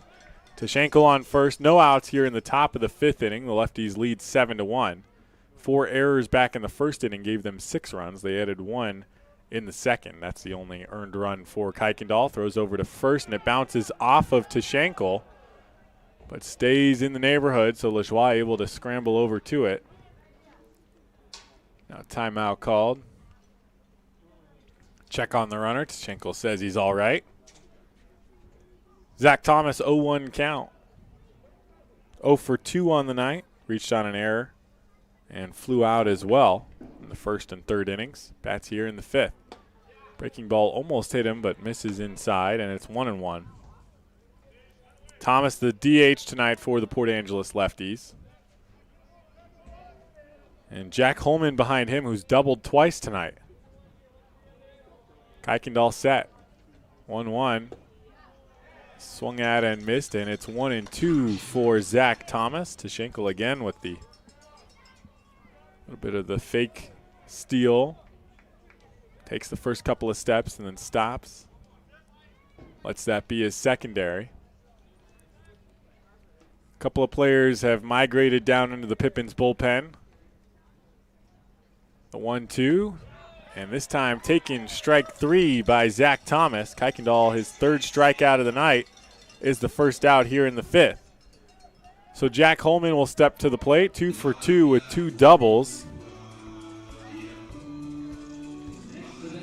One of them a 2-run double back in the 1st inning, and one of them with 1 out in the 3rd with nobody on. He was stranded at second base in that 3rd inning. Kuykendall stranded 1 in each of the 3rd and 4th innings. First pitch outside, and Olson's glove came off trying to stop it. Thankfully, the ball was kept in the neighborhood. Got to re-Velcro his strap that holds his glove onto his hand. And the field umpire pointing to something on the backstop. Not exactly sure what he's asking about, but either was resolved or he realized that it wasn't an issue to begin with. Came in from second base and was pointing to something behind home plate. 1 ball, no strikes for Holman. Takes inside corner, strike 1. Home plate umpire unafraid to call strikes when batters react to inside pitches, which can be a good sign. Keeps to his strike zone and doesn't react to what the batter's doing. 1 ball and 1 strike, which isn't necessarily tough to do. Every umpire has a really good idea of the strike zone, or at least most umpires have a strong idea of the strike zone. The 1-1 fouled off of Olson. So it's not necessarily that the batter's reaction impacts whether the umpire thinks the ball was in the strike zone. It's more that it can be sort of a political balancing the dugouts, and if a batter reacts in a big way to a pitch inside, if you call that a strike, their dugout is going to be on your case the rest of the night. Close throw over to first, but Tashenko back in safely. And so some umpires, that will intimidate them in order to sort of keep the benches happy into narrowing the strike zone a little bit on those kinds of plays. And some just ignore it and call it as they see it. This one fouled off the foot of Jack Holman. And the home plate umpire just had some words for Sam Olson. And Sam Olson is apparently gotten on the nerves of the home plate umpire. And well, I'm not sure how much of that has translated through the crowd mic onto your feed, but the home plate umpire has had some words from head coach Kyle Crustangel that, well, to put it simply, he said you're going to need a new guy behind the plate if he continues. And, well, the one thing you don't do as an umpire is tell a coach how they should be coaching their team. So Crustangel calls Olson out for a quick conference.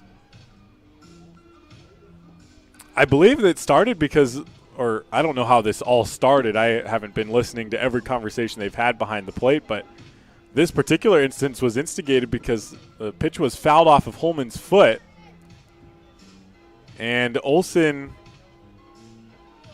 either told the home plate umpire that he should go out and give the batter a second, or he was trying to rush the home plate umpire. Either way, the umpire was not a fan of Olson giving input on how he should handle the situation with the ball going off the foot of Holman. Both of these, Holman is the catcher for the Port Angeles Lefties, so if there's anyone who can laugh about this behind the plate with Olson, it's Holman. They do have a quick chat as the home plate umpire filled out his paperwork, now makes his way back behind the plate. So I don't know what's been said thus far between Sam Olson and the home plate umpire throughout most of this game, but apparently Olson has not been on the good side. Delays steal. Olson throws down to second. It narrowly misses the runner, and Mason Marenko stops the ball from going into center field with his bare hand. That is a scary sight to see. You hate to see anyone try to stop a ball with that velocity with just their bare hand. So the delay steal works, and Trevor Tashenko moves to second.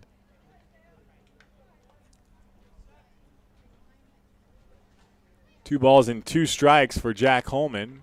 Chopper right side. Lajoie drifts from the bag and catches it, underhands it to Kuykendall, who steps on the bag for the second out.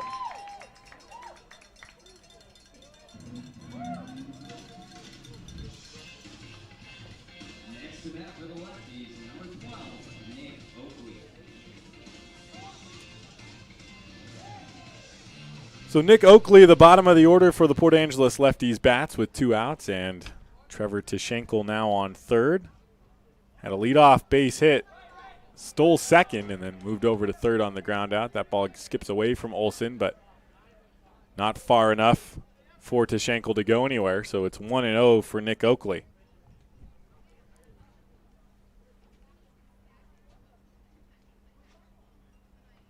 I've never seen an interaction between a home plate umpire and a catcher where the umpire was so vocal. I mean, the two positions are right next to each other. They talk throughout the game and normally can resolve disputes between themselves.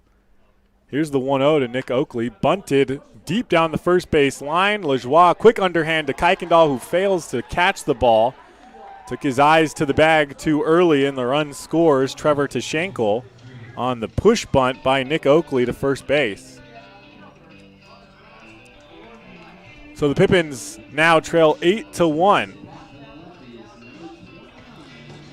And we flip the lineup card over. Top of the order, Luke Saunders will bat with 2 outs, and Nick Oakley on first base after the infield single.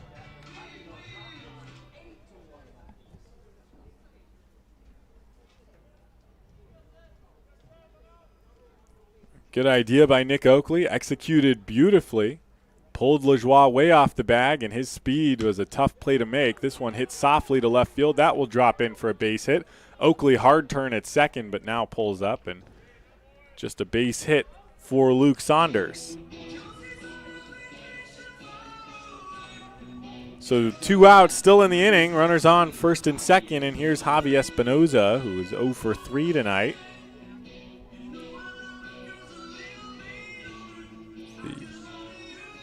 One of 2 batters in the lineup to not reach base for the Port Angeles Lefties in this game.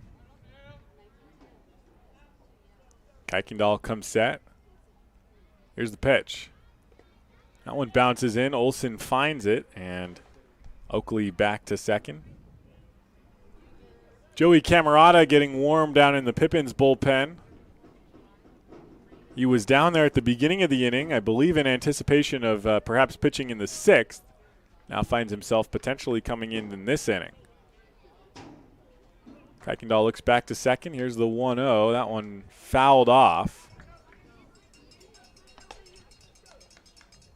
And it's 1 ball, 1 strike.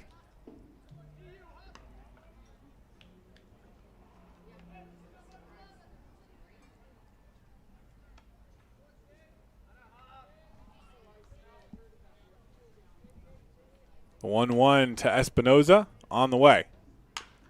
Grounder Mason Marenko 2 hops him.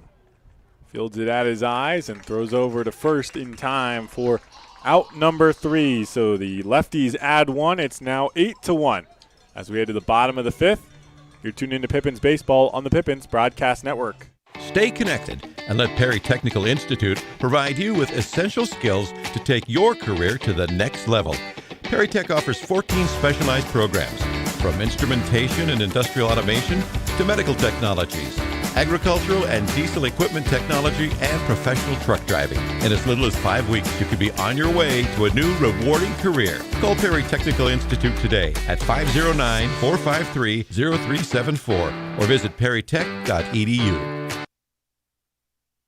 What has not traveling this last year really cost us? How about our peace of mind? It's time for a change of pace.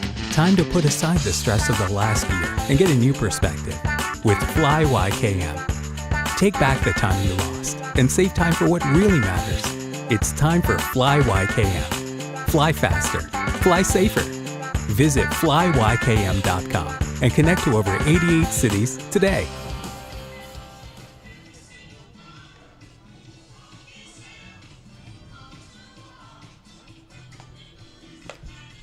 Welcome back to Yakima County Stadium. Stephen Brooks heads back out for the Port Angeles Lefties. He's thrown 2 2/3 innings thus far. 2 hits, no runs, no walks, and 2 strikeouts for him so far. Now to bat for your Pippins, number 37, Chase Graves.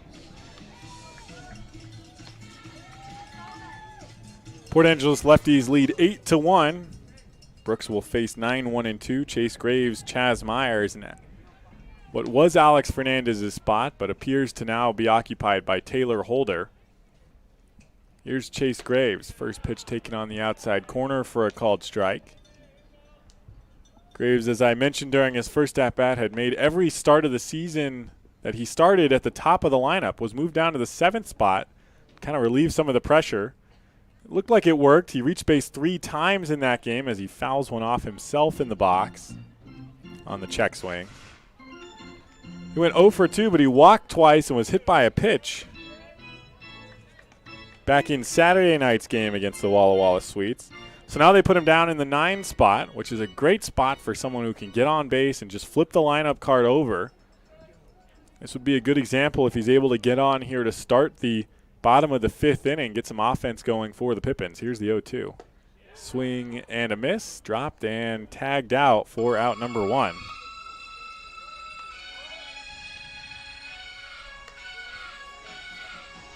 So we do flip the lineup card over, but 1 out and nobody on. It's Chaz Myers who will bat, Chase's teammate at the University of the Pacific.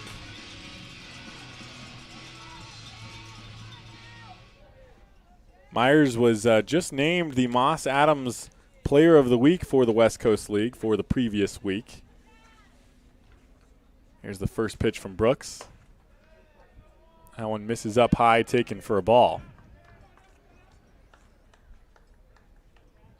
Myers went 11 for 21 over the last week and hit 6 doubles. 3 of them were in Sunday night's game, which tied the Pippins franchise record. Hadn't been done since 2017 when Nick Playa did it. Takes a called strike on the inside half, and it's 1-1.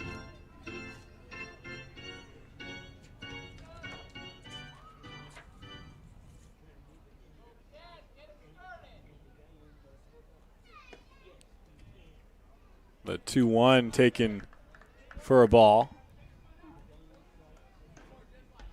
Myers was just the 3rd person in the history of the franchise to record 3 doubles in one game. And also has shown some skill with the glove.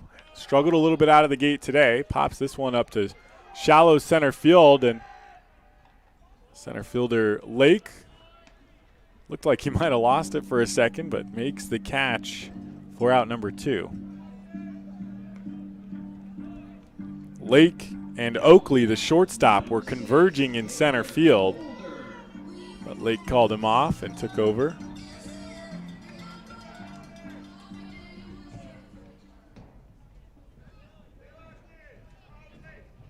Looks like Weston Janev's now getting warmed down in the Pippins bullpen. Camerata not up as far as I can see. First pitch taken up high for a ball by Taylor Holder, hitting in Alex Fernandez's spot. Haven't seen anything obvious that would warrant removing Fernandez. The 1-0 popped up. Out of play, it's 1-1. Were a couple balls hit out to Alex Fernandez. One went off the top of the wall. That was hit by Jack Holman. Not sure if it was a defensive choice. Fernandez, utility player, versus Holder, who's played more regularly out in the outfield. Fouls another one off, and it's 1-2. Or something happened with Fernandez out in the field.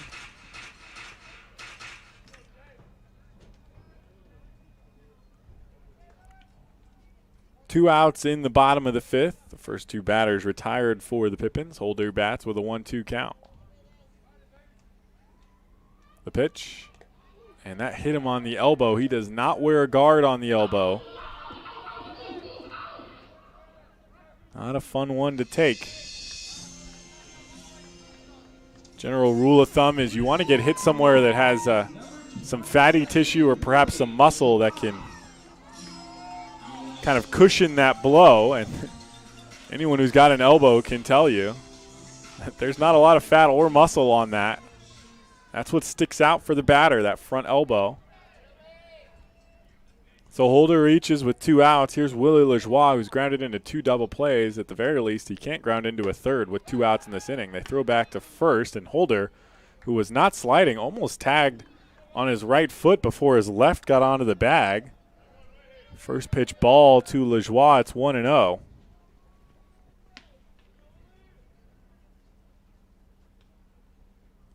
The 1-0. That catches the outside corner, and it's 1-1.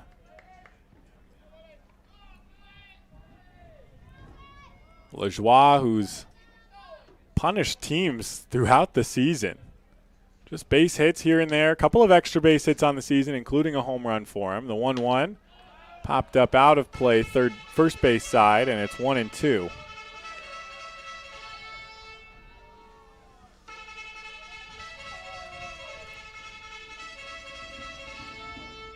Noah Williamson, who bats behind Lajoie, just tattoos baseballs every time he steps up to the plate. but they don't always translate into hits as they throw over and hold her back in safely. Sometimes hits them right at guys. Versus LeJoie, who does not necessarily pound the baseballs as hard, but just kind of locates them where fielders aren't. The 1-2, a breaking ball that misses up high. LeJoie steps out of the box and takes its 2-2.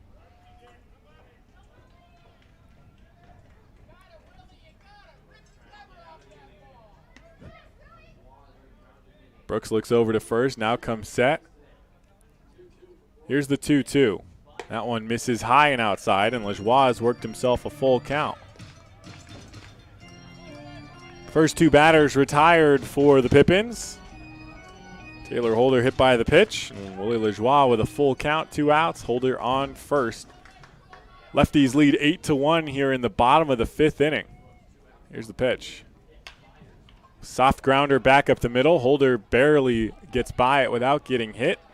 Espinoza had to wait back, but fields it and over to first in plenty of time. Willie LeJoie grounds out for the 3rd time tonight. And the Pippins will go to the 6th inning, trailing 8-1. We'll be right back. You're tuning in to Pippins Baseball on the Pippins Broadcast Network. Who knew it was so difficult to find the right bank? I know. It's so confusing.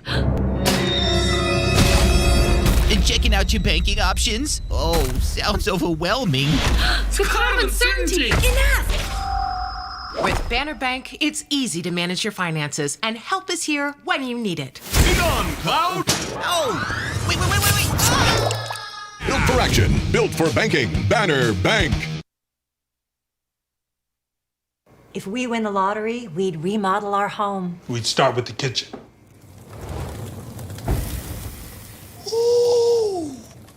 And out back is where the big trucks will go.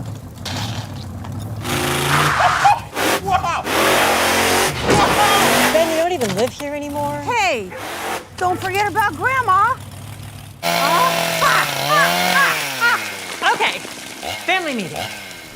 Come Welcome back to Yakima County ice dome. Stadium. Weston Janevs will take over for Seth Kuykendall. Kuykendall made it through 5 innings, gave up 10 hits, 8 runs. Only 2 of them were earned. He walked no batters and struck out 3 in his outing. Outside of the 6-run first inning, that was the result of 4 errors by the Pippins infield. Kuykendall, relatively standard performance for him. Came out, pitched to contact, threw the strikes that he normally throws, got 3 strikeouts. Again, about average for him. And just the 2 earned runs is exactly what they expect out of Seth Kuykendall, and the Pippins offense normally is able to work with that. Even with the 8-1 deficit, the Pippins offense can't necessarily be counted out as we head into the 6th inning. But Weston Janevs called upon to try to keep this game where it's at, get the offense back at the plate. Janevs just finished up his first year of college, but did not get to play a season at Pomona-Pitzer, as they didn't hold a season in 2021. He's an economics major at Pitzer College. Was an early star in high school at the Buckley School, named the Rookie of the Year back in 2017. Also a scholar athlete. Conforms pretty well to the model that head coach Kyle Crustangel and Cash Ulrich, the assistant coach, like to bring in for this Pippins roster and what they generally try to recruit at their college as well, Yakima Valley College. Not just players that can play, but players that are good students as well. They really recruit the student athletes with an emphasis on the student aspect, and Janevs fits that model well.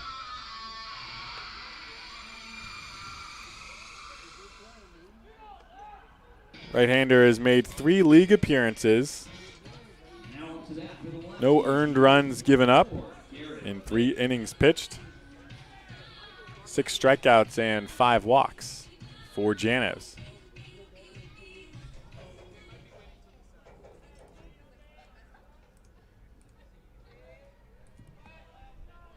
He will face Garrett Lake, Coleman Schmidt, and Shea Thomas to lead things off in the 6th inning. First pitch to Lake. Outside corner, strike 1.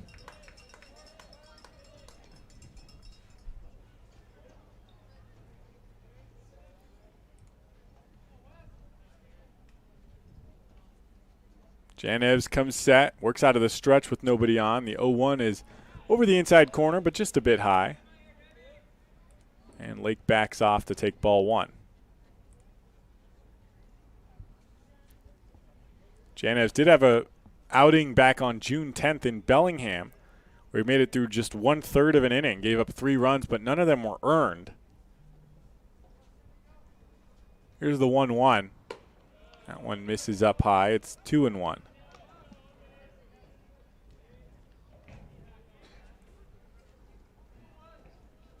Came back in the series at Ridgefield, had a 5-out outing where he walked 2, struck out 3, no runs, no hits in that outing. Here's the 2-1. Pulled just inside the first base bag. Lajoie keeps it around him, and Janev's there to cover to retire Garrett Lake for out number 1. So not the most conventional of plays, but it works. Janev's gets off the mound and hustles to the bag, and Lajoie keeps it close enough to make the play. So here's Coleman Schmidt, the third baseman tonight. He's 2 for 3, reached on an error, has a double and a base hit in tonight's game.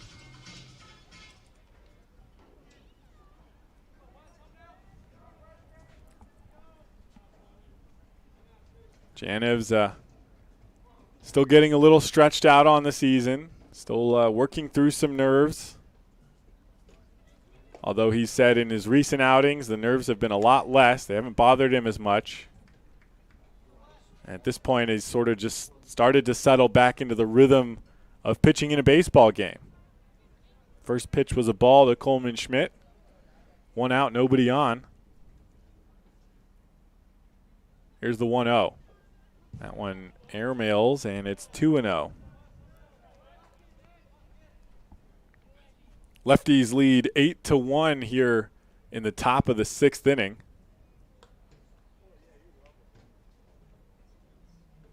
And Janevs, with the game with a 7-run deficit, doesn't have to worry too much about executing on every single pitch. And with these younger pitchers, that's what the Pippins tend to be looking for, is opportunities to get young guys into games in low stress level situations.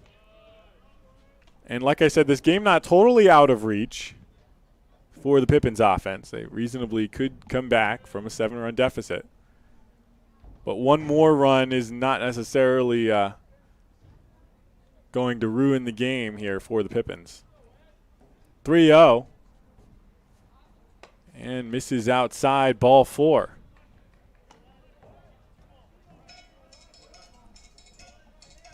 So 1 out and 1 on for Shea Thomas, the first baseman. He's 2 for 3 as well with a base hit and a double. Had an RBI double back in the 2nd inning. And had a check swing ground out. Sam Wilson barehanded and threw down to first back in the 4th inning to end that inning.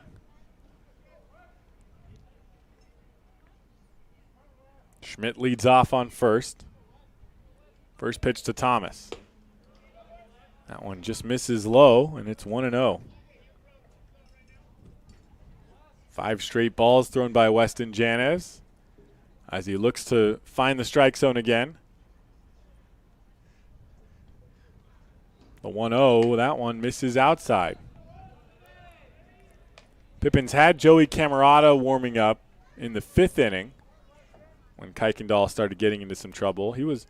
Camerata was the first guy down to the bullpen that I at least noticed walking around before the 5th inning started. Here's the 2-0.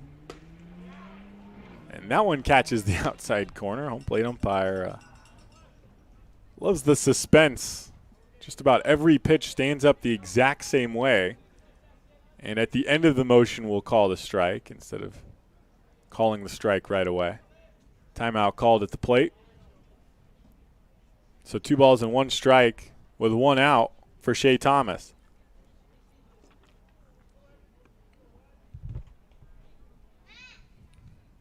Janevs set and delivers. Fouled away by Thomas, and the count is even 2-2.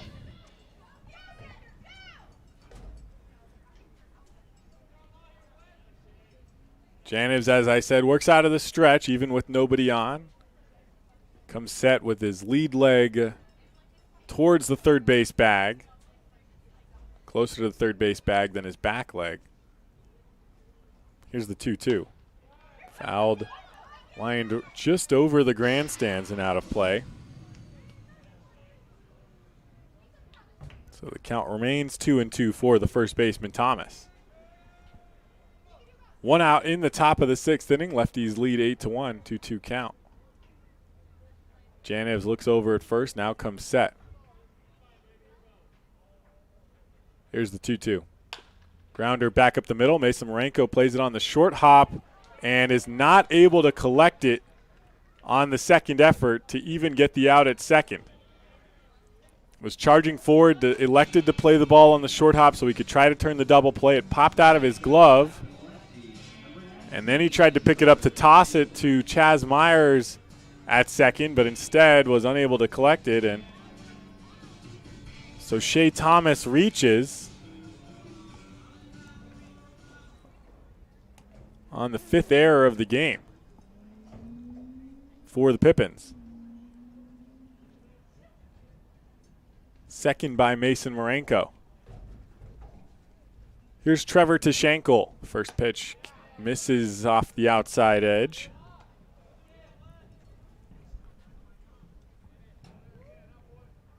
Tashenkel led off the 5th inning with a base hit, stole second, moved to third on the ground out, and then scored. Here's the 1-0. Popped up out of play third base side.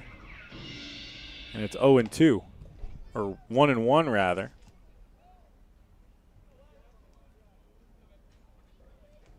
Scored on the bunt base hit by Nick Oakley in the 5th inning to give the Lefties the 8-1 lead.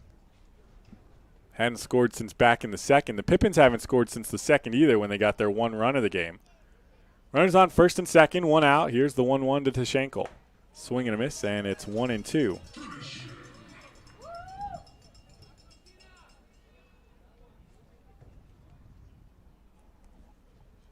Janev's a little bit slower pace working out of the stretch than Kuykendall had been for the first 5 innings. Comes set, takes a deep breath. Looks back at second. Myers calls for a pickoff throw. Weston steps off, looks him back.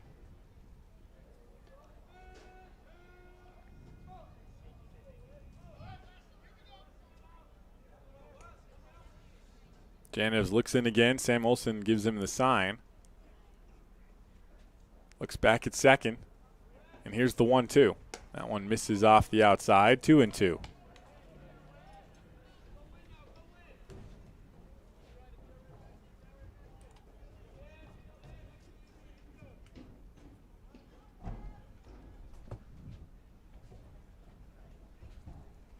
Two balls and 2 strikes for the left fielder, Trevor Tashenkel, 1 out. Runners on first and second. Janev looks back. Here we go. 2-2. Runners go. The throw down to third, and they say that the runner, Coleman Schmidt, got in under the tag, which is just implausible. The throw got there way out ahead of Schmidt. And Bryce Martin Grudzelanek, who was off balance, trying not to fall on the runner, tagged him on the helmet as he was sliding in and called safe by the field umpire. Head coach Kyle Crustangel immediately out to ask for help for the home plate umpire. And just judging by how this game has gone, I'm going to go ahead and guess that the home plate umpire is not going to give the Pippins any help here. He's already had a shouting match with the catcher, Sam Olson, and now at least 1, perhaps 2 with Kyle Crustangel in this game. And even if he did see something different, it'd be hard to imagine that he would reverse the call. I've been wrong before. Would be a pleasant surprise. It was a ball called on Trevor Tashenkel. Olson threw down to third. It was right on target, but Grudzelanek, standing on the bag, was leaning towards the runner. And they do keep it the same. The runner called safe at third, and Kyle Crustangel not satisfied with that.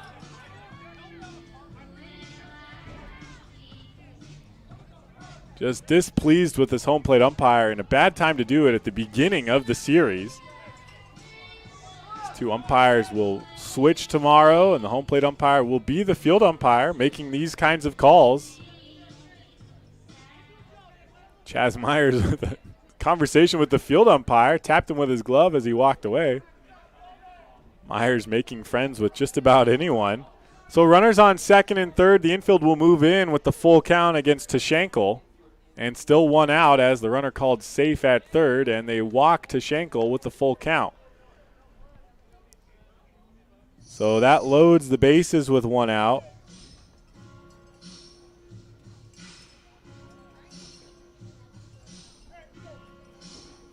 Crust Angel will head out, and he had some words for the home plate umpires. He headed out to talk to Weston Janevs.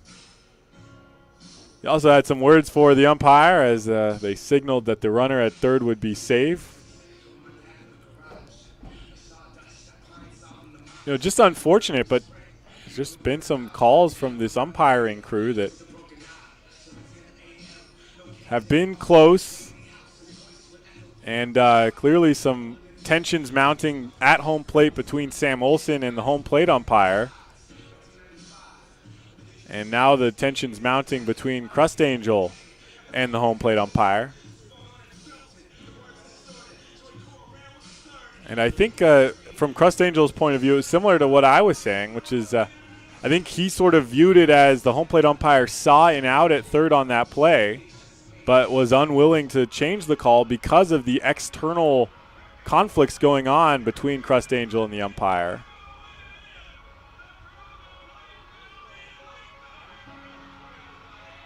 And Crust Angel's been tossed.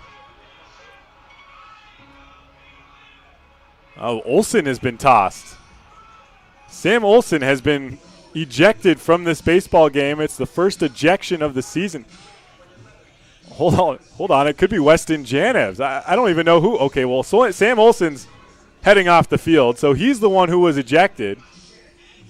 I already mentioned tensions were brewing behind the plate between Olson and the home plate umpire. The home plate umpire inserted himself in the mound visit with Crust Angel, which he has a right to do and often happens when you reach the end of it. You get about a minute for a mound visit. He headed out, but instead of telling them to break it up, he was standing as part of the conversation. And I have no idea what was said, but as they started leaving the mound, the home plate umpire tossed Sam Olson. So Sam Olson is the first ejection of the game and of the season for the Yakima Valley Pippins. Head coach Kyle Crust Angel has come close a couple of times, especially last weekend against the Walla Walla Sweets, and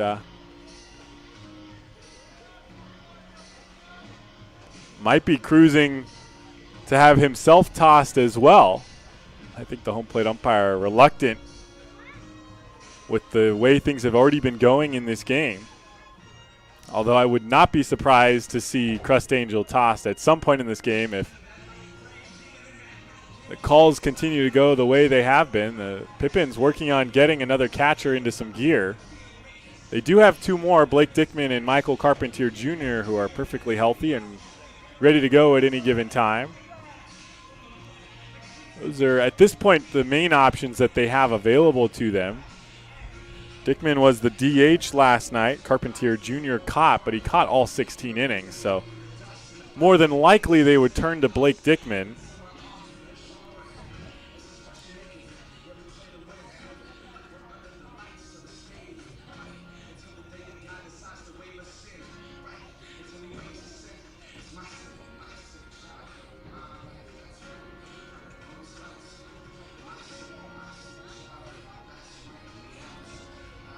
So we await to see who the replacement will, who they will be that emerges from the dugout. Weston Janevs just walked Trevor Tashenkel to load the bases with one out in the top of the sixth inning. The Lefties with an 8-1 lead.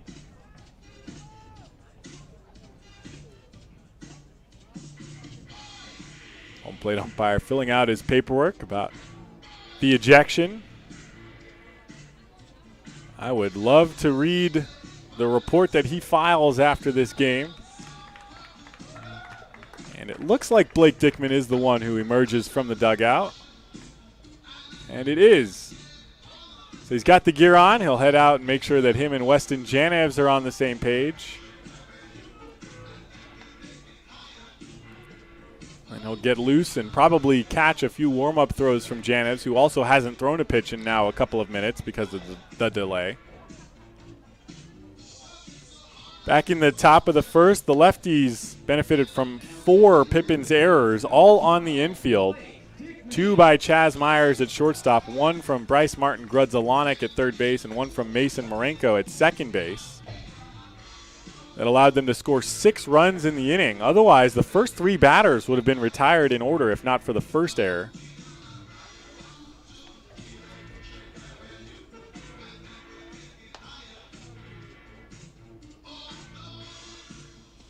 So they score 6 in the first. They had another one in the second. The Pippins score 1 in the bottom of the second. That made it 7-1 at the time. Kuykendall from there turned in 2 scoreless innings before the Lefties put another one on the board in the 5th. Kuykendall left after 5 innings. He gave up just 2 earned runs, 8 runs total. Weston Janevs take over. He got the first out, a ground out to first base, but then walked Coleman Schmidt, and Shea Thomas hit a potential double play ball. It was a tricky one, but Mason Marenko charged forward to play it on the short hop and couldn't play it cleanly, so it was an error by him that allowed the runner to move up and Thomas to reach, and then Janevs walked Trevor Chashenko with a full count after Coleman Schmidt was almost thrown out at third on a double steal on a play that inevitably led to Sam Olson getting thrown out of this game during the mound visit after the walk to Chashenko. So the first pitch is up high above the head of Zach Thomas, taken for a ball. Thomas 0 for 3 tonight, reached on one of the errors back in the first inning. Otherwise a fly out and struck out looking earlier today. Corners playing in, middle infielders at double play depth with 1 out and the bases loaded.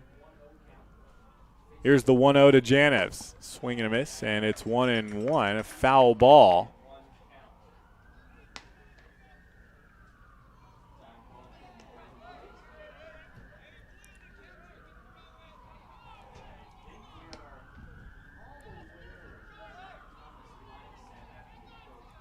Foul ball off of Blake Dickman. Caused a little bit of a stoppage of play there, but 1 ball, 1 strike for Zach Thomas with the bases loaded.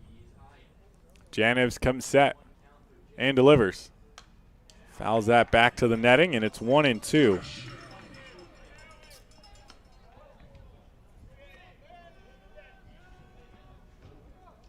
So Sam Olson, who started this game behind the plate, his day is done here in the top of the 6th inning, replaced by Blake Dickman. 1 ball and 2 strikes for Thomas. The pitch fouls that one just over the press box, and the count remains 1-2.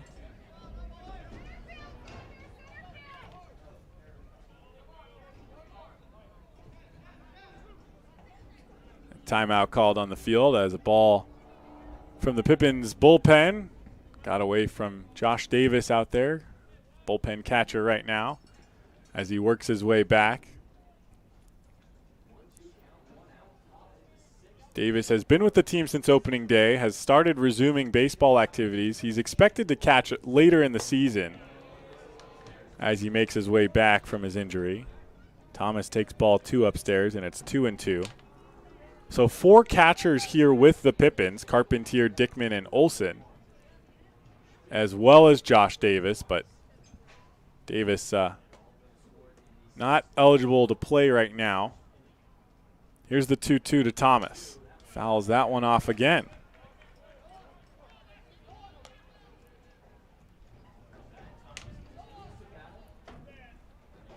So the count remains 2-2, 1 out, bases loaded. Weston Janevs trying to keep the Lefties off the board here in the 6th inning as they lead 8-1, trying to keep the deficit at 7 runs. Comes set and delivers. Popped up in the infield, but foul. Dickman back to the backstop and makes the catch for out number 2.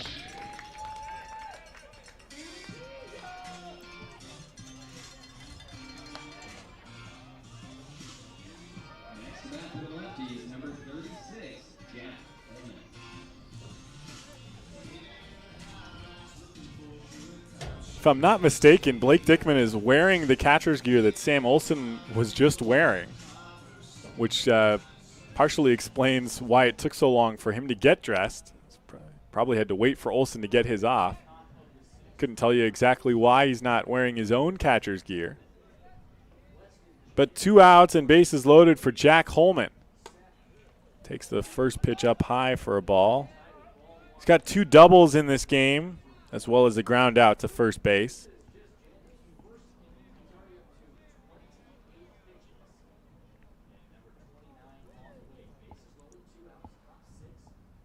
Infield playing back now with the 2 outs. This one lined into left. Noah Williamson races towards the line, pulls up and makes the catch for out number 3. So Janevs loads the bases but leaves them there.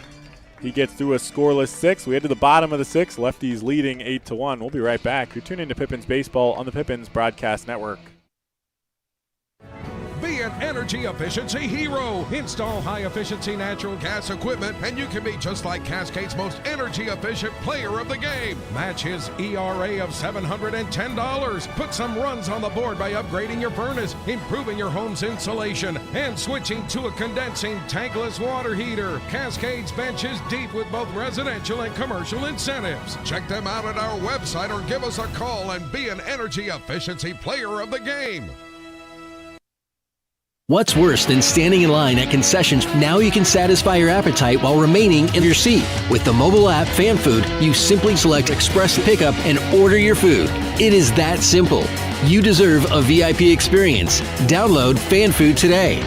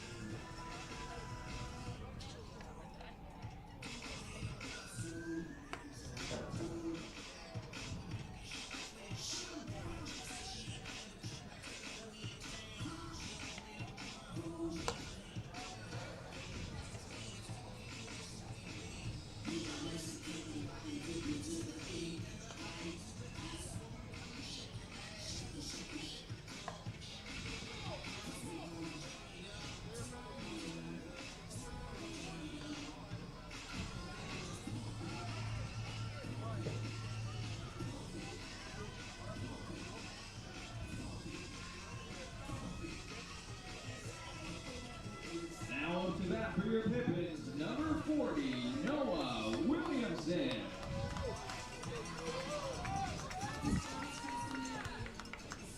Welcome back to Yakima County Stadium. Noah Williamson will lead things off here in the bottom half of the 6th inning. He's led off 2 innings, the 2nd and the 4th. First pitch swinging and misses a ball over the plate. Strike 1. Reached first back in the 2nd inning in his first plate appearance after a dropped third strike that got way past the catcher, Jack Holman. The 0-1 hard hit line drive to center. Garrett Lake races back to the wall, looks up and watches it go over the banner bank. Banner just right of center, just to the left of the 406 sign. Noah Williamson goes deep to lead off the bottom of the 6th inning, and the Pippins now trail 8-2.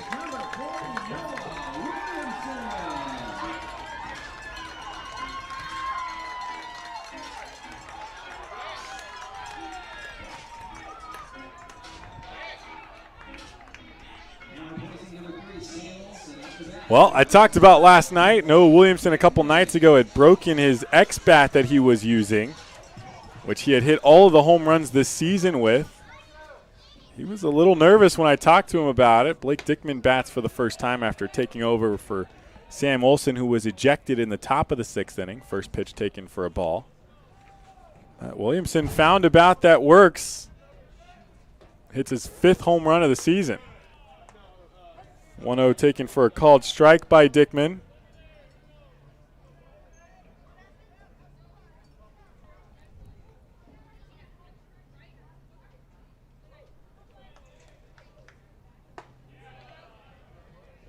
That one taken at the knees. It's 1-2 for the new catcher, Blake Dickman. Williamson's home run, 107 miles per hour off the bat, traveled 423 feet. I do believe that is the longest home run hit by a Pippin this season. Grounder over to the shortstop, Oakley, who picks it up on the short hop, but overthrows the first baseman, and so Blake Dickman reaches on an error by Nick Oakley.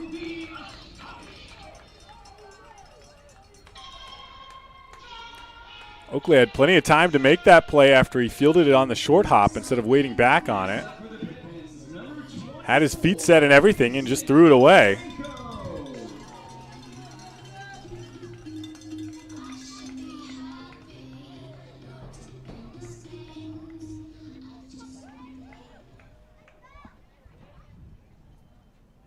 So here's Mason Marenko, 0 for 2 tonight, grounded into a fielder's choice and flew out earlier today. Bats with Blake Dickman on first and no outs here in the bottom of the 6th inning. First pitch taken for a ball. Pippins trail 8-2. Scored 1 in the second and so far 1 here in the bottom of the 6th after the leadoff home run by Noah Williamson. Marenko swings through that one and it's 1-1.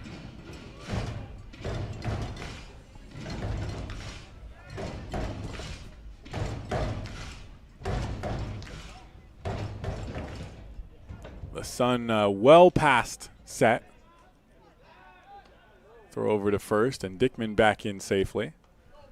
The sky almost totally black. The hills beyond the outfield fence not visible as the lights illuminate the orchard here in Yakima in the bottom of the 6th inning. The 1-1, Mason Marenko swings. They throw back to first and Dickman thrown out on the back pick, and he can't believe it because it looked like he wasn't tagged.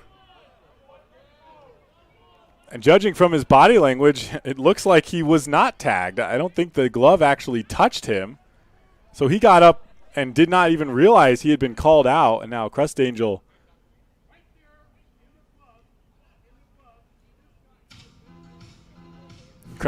out to argue with the plate umpire, who's pointing at someone in the dugout. And Crust Angel just wants to talk to the field umpire, but he can't cross the line.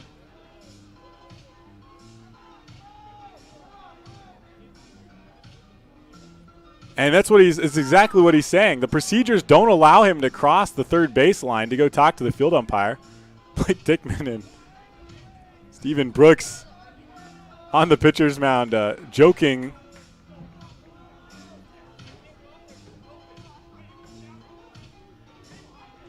And now the field umpire finally making his way over to Crust Angel, and that's what he was saying. He said, I'm not allowed to head out.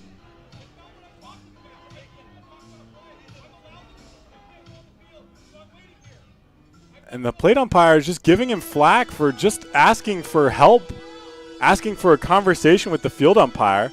There was something about the plate umpire was saying something about the dugout, was pointing to the dugout. He was saying something about a ball being in a glove. I don't know if he was talking about a previous play or whatever, because Crust Angel told him that's not what I'm talking about. I'm talking about this play, and I'm not allowed to go anywhere. So the field umpire finally makes his way over, and you know, a loss in the first game of a series is not the worst thing that can happen. The worst thing that can happen is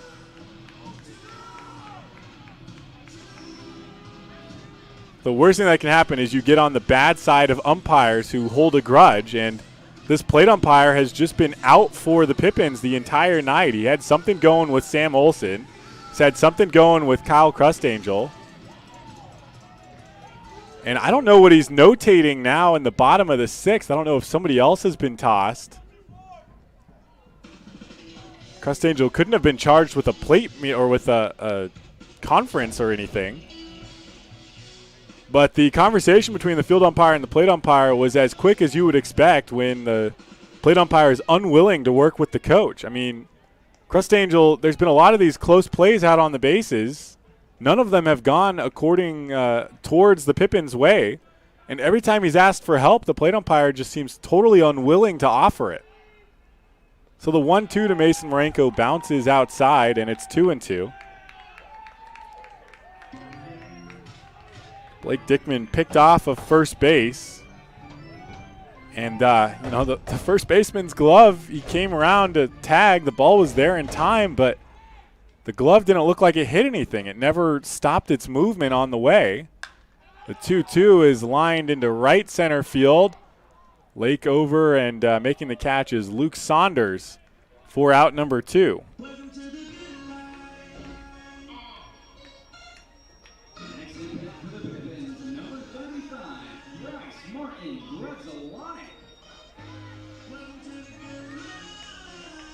So 2 outs now.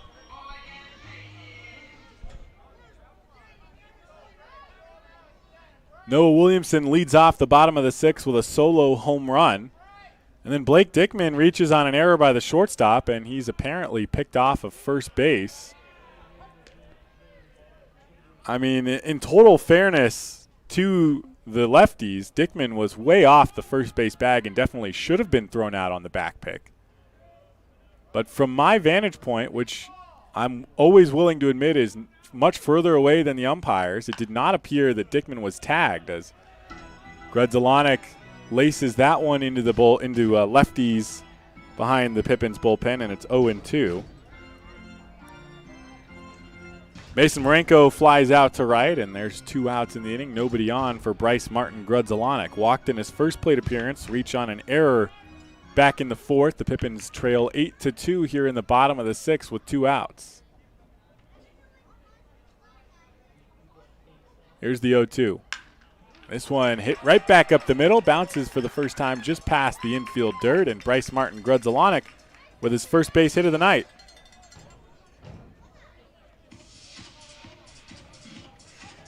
That will bring Austin Plante to the plate.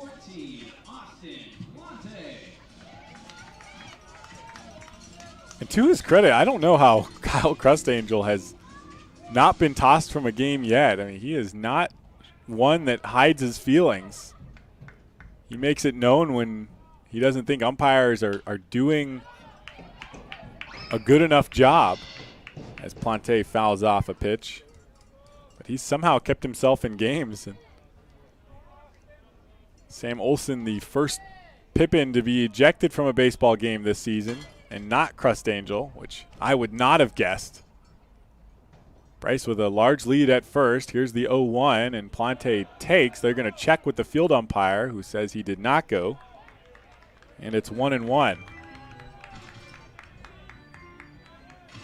The plate umpire looking down either in the Pippins dugout or down at Crustangel. It's just an umpire. He just has been out looking for things to be upset about. Takes low inside for a strike. Sometimes in a heated game when a team, especially a team, is down by a number of runs, you just got to let them air out their grievances and not give in to them and increase the tensions. The 1-2 swung on and missed by Plante, and he goes down swinging for the second time today. Pippins score 1 on the leadoff home run by Noah Williamson, but we head into the 7th. Lefties leading 8-2. We'll be right back. You're tuning into Pippins Baseball on the Pippins Broadcast Network. Sure glad we went to Les Schwab. I'm glad the baby's still happy. Well, I'm just glad that along with tires, Les Schwab also does brakes, alignment, and a bunch of other safety services. I mean, if we'd gone to a cheap tire store instead, I'd be a doggone wreck. My thoughts exactly. Les Schwab Tires, proud to be ranked #1 in overall customer satisfaction for aftermarket tire replacement by J.D. Power 2 years in a row. Our staff loves baseball, and we know how to match you with the perfect vehicle that fits your baseball lifestyle. We know that you'd rather be getting ready to head to the field or the big game, so we make sure you have the most efficient and stress-free experience as possible. So if you're a baseball fan in the market this month for a newer vehicle, go online or give us a call so that you can set up a time for you to experience our easy and upfront pricing and our hands-on trade-in process that will really ensure you have a great experience and get a great value while shopping with us. Harvest Auto, where we're happy to support you and the activities you love. Welcome back to Yakima County Stadium. Weston Janevs heads back out for a second inning of work. He did load the bases in the 6th, but he got out of it without giving up a run. kept the score at 8-1. It's now 8-2 after Williamson had the solo shot to start the bottom of the 6th inning.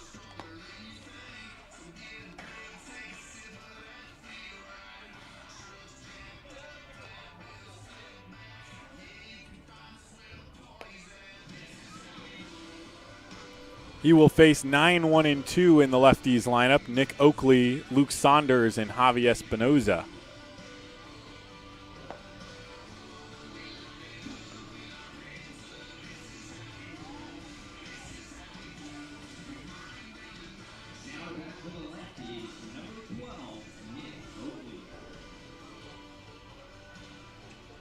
Oakley will lead things off. Had a base hit back in the 5th. He's 1 for 3 tonight. Reached on an error earlier.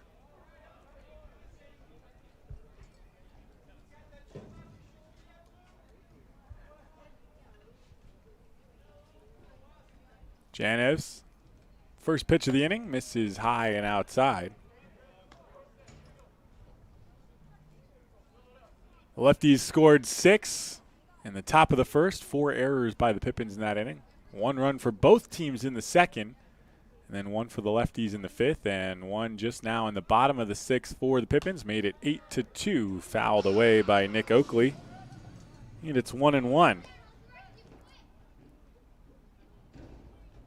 Been some extracurriculars down on the field throughout the game as the home plate umpire and Sam Olson much earlier in the game.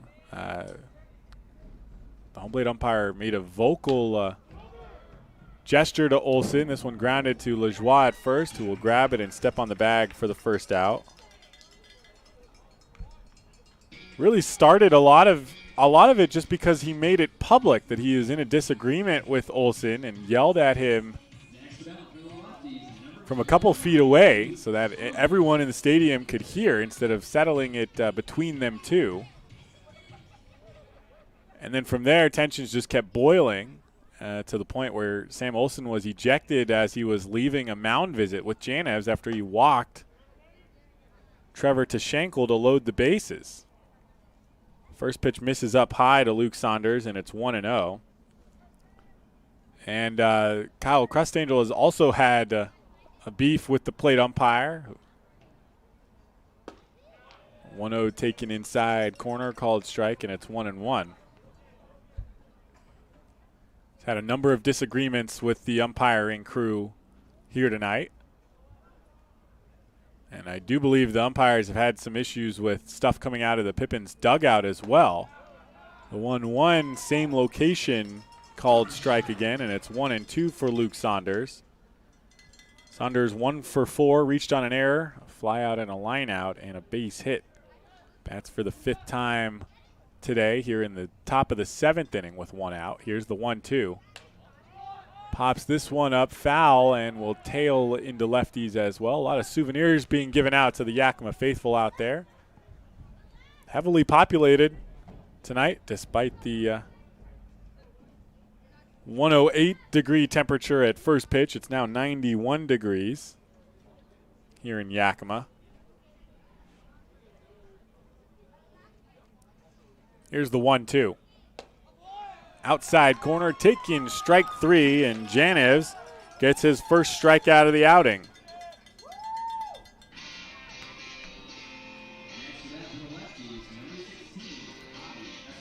Javi Espinoza, who has yet to reach base here tonight.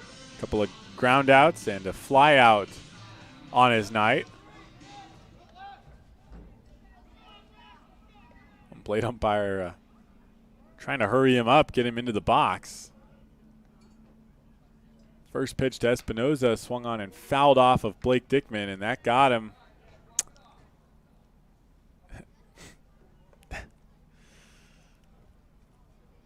Judging by the body language, it looks like it possibly in the upper thigh and not in the worst case scenario location, but still got a piece of him.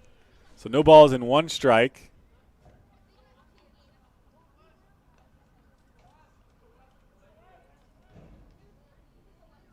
Pitch up high and misses for a ball. It's 1-1.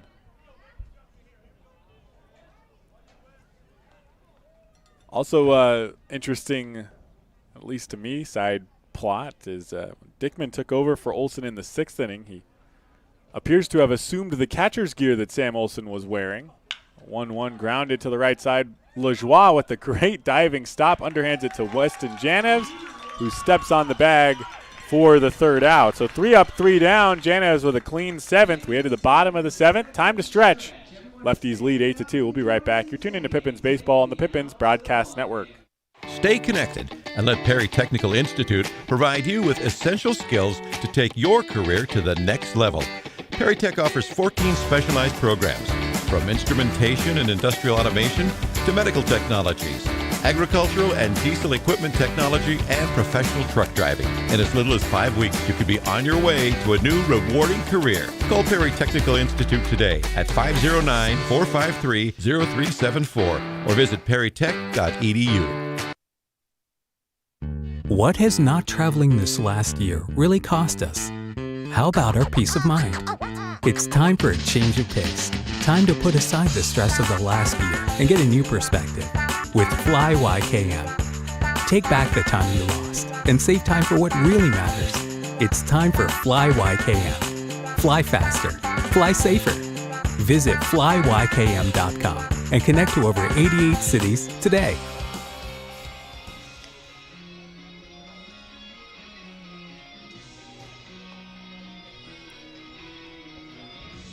Welcome back to Yakima County Stadium. Chase Graves will lead things off in the bottom of the 7th inning. Stephen Brooks still working. He's through 4 2/3. The starter, Justin Miller, was pulled with 1 out in the 2nd inning in favor of Brooks, and Brooks has been on the mound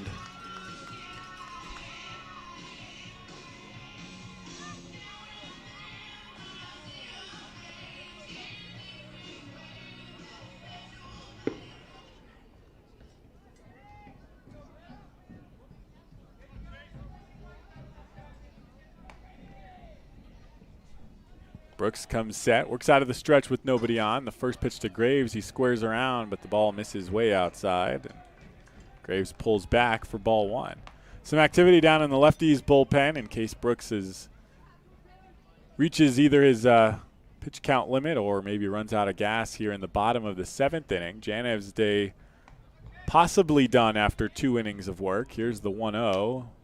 Left one out in front. Graves waited back on it, but the slow swing popped it up in the infield. It's caught by Shea Thomas for out number 1.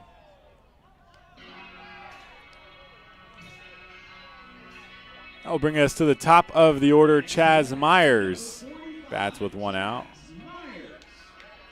Walking a base hit so far tonight. He's 2 for 3, or 1 for 2 rather.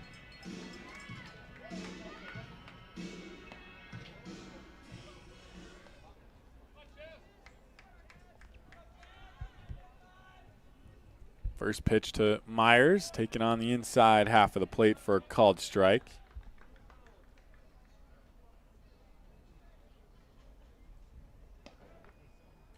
Taylor Holder on deck. 0-1 pulled, almost got the ankles of Kyle Crustangel down at third base.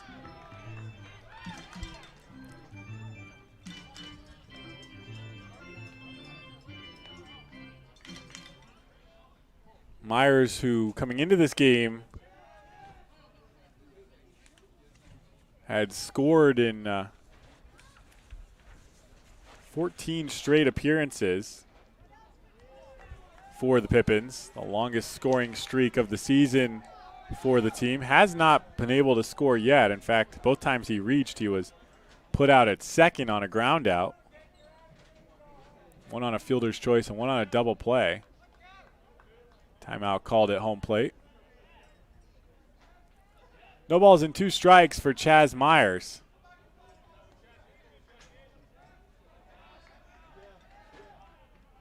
Pitch inside but low and called a ball on Myers.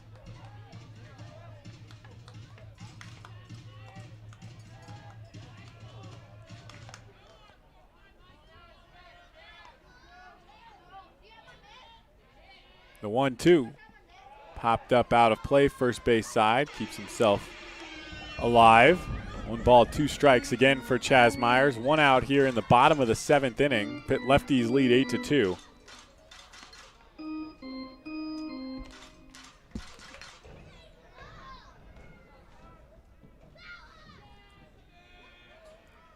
A 1-2 again. Myers checks his swing on a pitch inside and takes it for a ball. Knees kind of buckled on that one. And it was just off the inside half of the plate. So 2 balls and 2 strikes for Myers. Pitch. Outside corner taken strike 3. Chaz Myers goes down looking for out number 2 in the bottom of the 7th. I'll bring Taylor Holder to the plate for the 2nd time tonight. He was hit by a pitch back in the 5th inning. Did not start this game. Alex Fernandez started out in right field for the Pippins, and Holder took over at some point in, I believe, the 3rd or 4th inning. No obvious reason why. Swings and misses at the first pitch.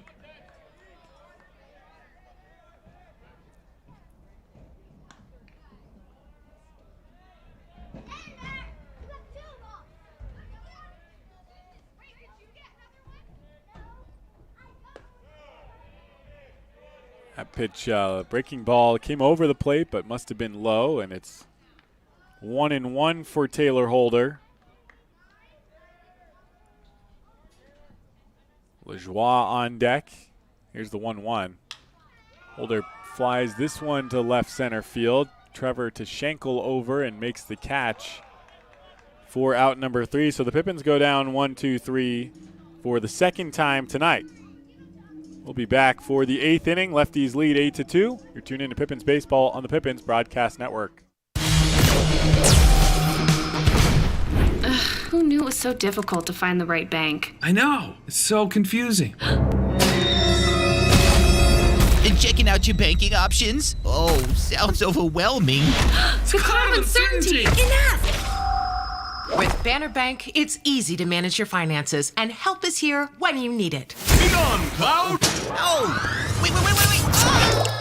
Built for action, built for banking. Banner Bank. If we win the lottery, we'd remodel our home. We'd start with the kitchen. Ooh. And out back is where the big trucks will go. Wow! Ben, you don't even live here anymore? Hey, don't forget about Grandma. Okay, family meeting. Come on, welcome to the Ice Dome. Welcome back to Yakima County Stadium for the top of the 8th inning. Weston Janevs will head back out for a 3rd inning of work. They did have somebody warming up in the last half inning. We'll see if Janevs is able to get through the 7th. He set the lefties down in order in the 7th, the first time they went down 1-2-3 the entire game. Giving up no runs over his 2 innings of work. Has walked 2 and struck out 1.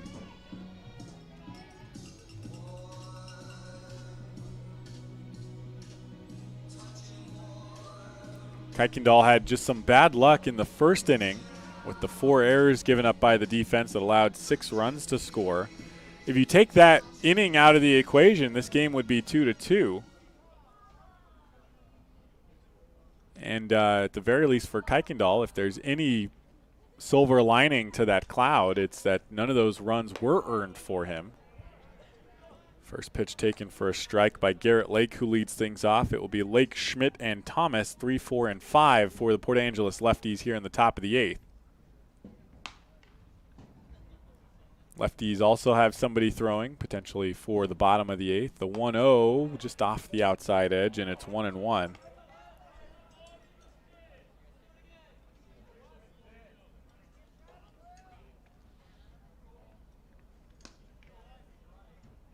Janevs comes set against the lefty Lake. Here's the pitch.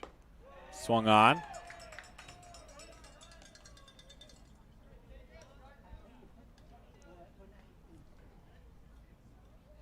And I believe 1 ball and 2 strikes.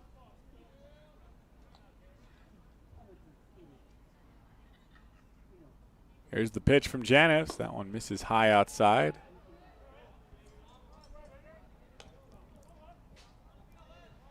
Generally, when an umpire sees that the scoreboard is wrong, they'll correct it. The Pippins have asked him about the scoreboard, and he hasn't. So it might be 3-1.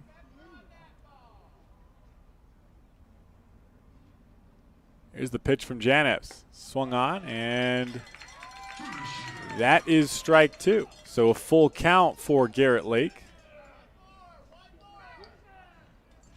I thought the first pitch was called a strike, but apparently incorrect.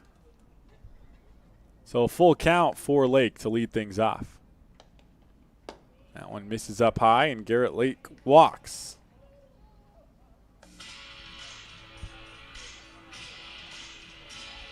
Coleman Schmidt will bat. He's 2 for 3 with a walk as well. He scored 2 runs in this game. Bats with 1 runner on and no outs here in the top of the 8th inning. Joey Camerata back in the pen getting warm.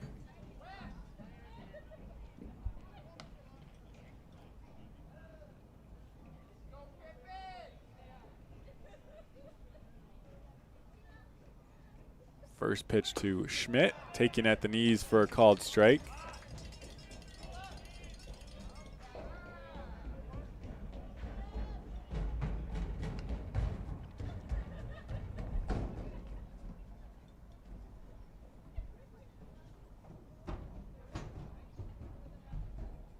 Here's the 0-1. That one hit through the left side. Myers was playing closer to the second base bag, so lined into left field for a base hit by Coleman Schmidt, his 3rd hit of the night. Puts runners on first and second with no outs for Shea Thomas.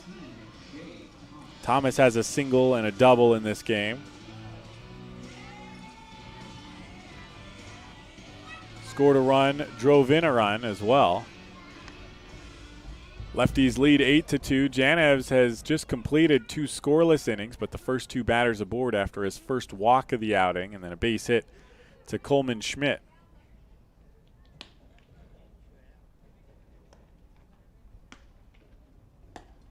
Outside corner, strike 1 for Thomas.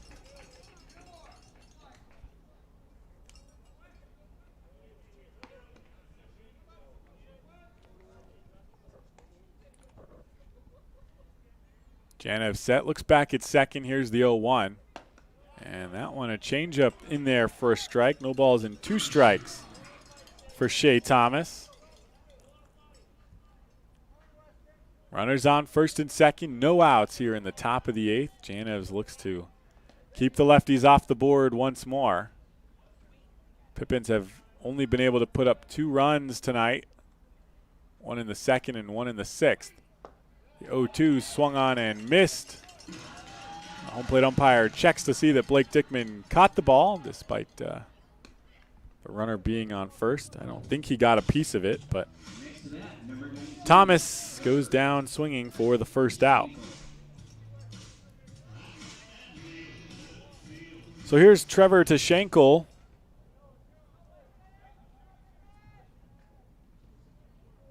Two for 3 tonight, couple of base hits, also walked, has a strikeout.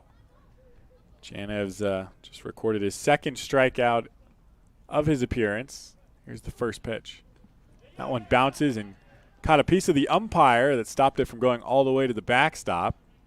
Ball 1, and the runners move up a bag.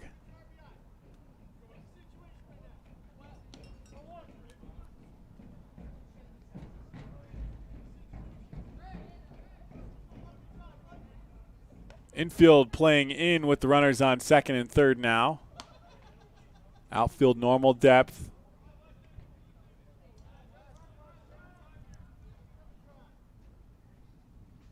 Janev set. Here's the 1-0. Popped up, shallow outfield, but the infield was playing in. Williamson dives, makes the catch for out number 2. And the runners had just started to drift away from the bags thinking that ball might get dropped and trying to get a head start. They had to head back.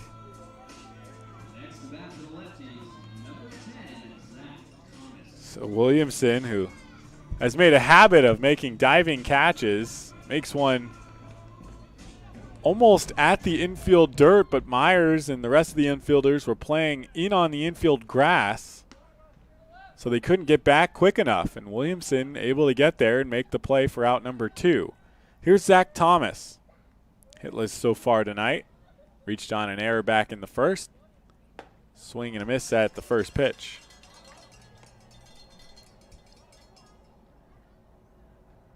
Strikeout, 2 flyouts, and the error that he reached on.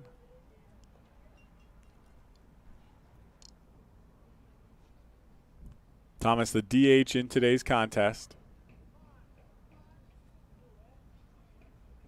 Here's the 0-1. That one misses way off the plate, and it's 1-1.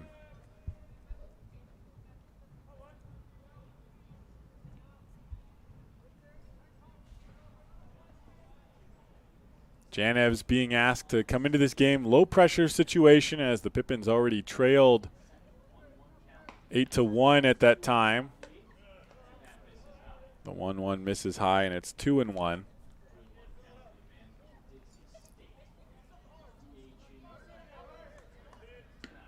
Came on and threw 2 scoreless innings despite loading the bases back in the 6th inning. Here's the 2-1. Inside, and it's 3-1. Pippin sent him back out for a second. He went 3 up, 3 down, so they asked him for a third to try to prevent overusing the rest of the bullpen. 2 more games left in this series. The Pippins will play 9 straight games. Their next off day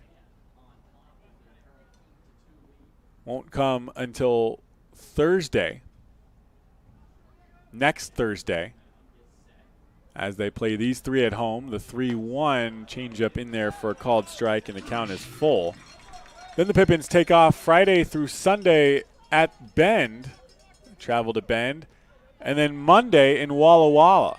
They will not get to stop at home on the way as the series is on Monday. They'll go from Bend to Walla Walla, come back on Wednesday night, and be off Thursday. Swing and a miss, and Weston Janevs, with his 3rd strikeout of the night, gets through 3 scoreless innings. The Lefties lead 8-2 as we head to the bottom of the 8th. We'll be right back. You're tuning to Pippins Baseball on the Pippins Broadcast Network. Be an energy efficiency hero. Install high-efficiency natural gas equipment, and you can be just like Cascade's most energy-efficient player of the game. Match his ERA of $710. Put some runs on the board by upgrading your furnace, improving your home's insulation, and switching to a condensing tankless water heater. Cascade's bench is deep with both residential and commercial incentives. Check them out at our website or give us a call and be an energy efficiency player of the game. What's worse than standing in line at concessions? Now you can satisfy your appetite while remaining in your seat. With the mobile app Fan Food, you simply select Express Pickup and order your food. It is that simple. You deserve a VIP experience. Download Fan Food today.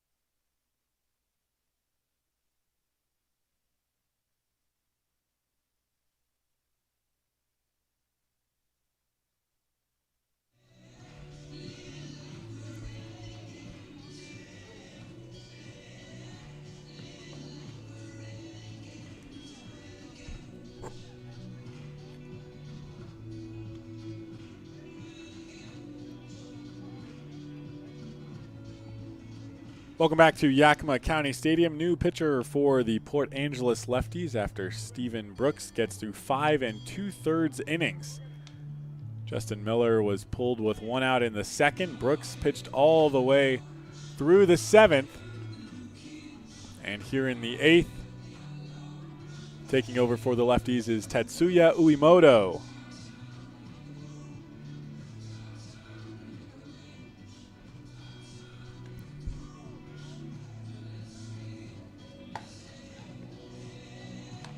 Uemoto, a right-hander for the Lefties. He'll face off against 3, 4, and 5, Willie Lajoie, Noah Williamson, and Blake Dickman. Lajoie came into this game on a 14-game hitting streak and a 17-game on-base streak. He has grounded out all 3 times he's stepped to the plate, 2 double plays and 1 standard ground out because there were already 2 outs. Takes the first pitch for a strike.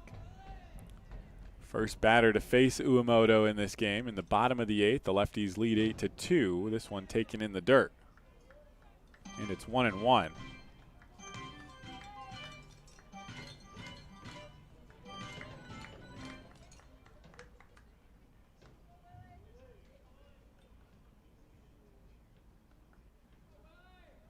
Uemoto works out of the stretch. The 1-1. Fouled away by Lajoie.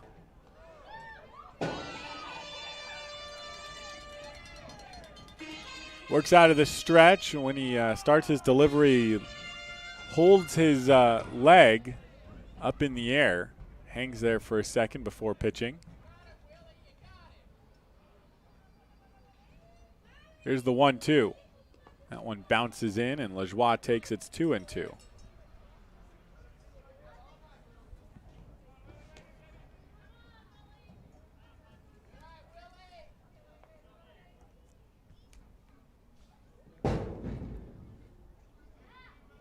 Two balls and 2 strikes in the bottom of the 8th, and what is most likely the final at-bat for Willie Lajoie. The 2-2, he hits this one into left, and that drops in for a base hit.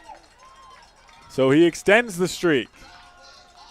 Make it 15 games in a row that Willie Lajoie has had a hit, and 18 games in a row that he's reached base. The only game he's played in this season that he didn't record a hit, he walked twice. That was back in Bellingham in second series of the season.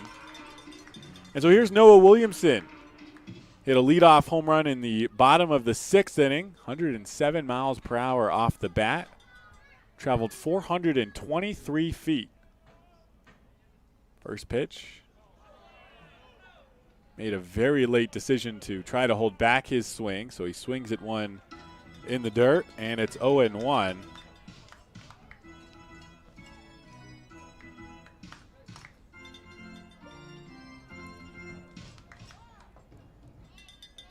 The ball's in 1 strike for Williamson. Otherwise, he's 1 for 3 tonight, though he has reached in all 3 plate appearances. Reached on a drop third strike in the 2nd, on an error by the shortstop in the 4th, and then the home run in the 6th. Swings and misses at that one low, and it's 0-2. First time he's hitting against Tatsuya Uemoto here tonight.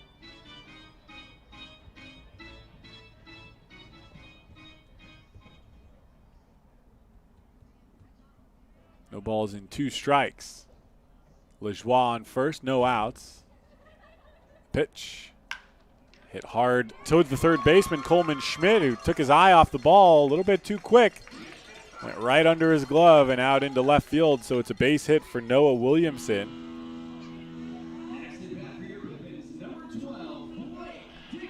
And the Pippins have runners on first and second with no outs here in the bottom of the 8th inning. That could be just what they need. Lajoie extending his streak. And then Williamson reaching on, if not a double play ball, what could have at least been 1 out. They do record it as an error by the third baseman. I don't know that I necessarily agree with that scoring. I don't think it touched the third baseman's glove at all. Dickman bats with no outs and runners on first and second, regardless of how the play is scored. This one grounded the other way to first. Thrown to second to get Williamson, the runner at second, and that'll put runners on the corners with 1 out. Thomas decided to throw to second, fielded that one behind the first base bag instead of just stepping on the first base bag to preserve the opportunity for the double play up the middle. So Williamson moves to third on the play. Lajoie moves to third. Williamson retired at second. And Dickman on first with 1 out. Here's Mason Marenko. First pitch swinging, fouls it off, back into the grandstands. Mason Marenko 0 for 3 tonight. He's on a fielder's choice, but then a couple of flyouts in his other 2 plate appearances.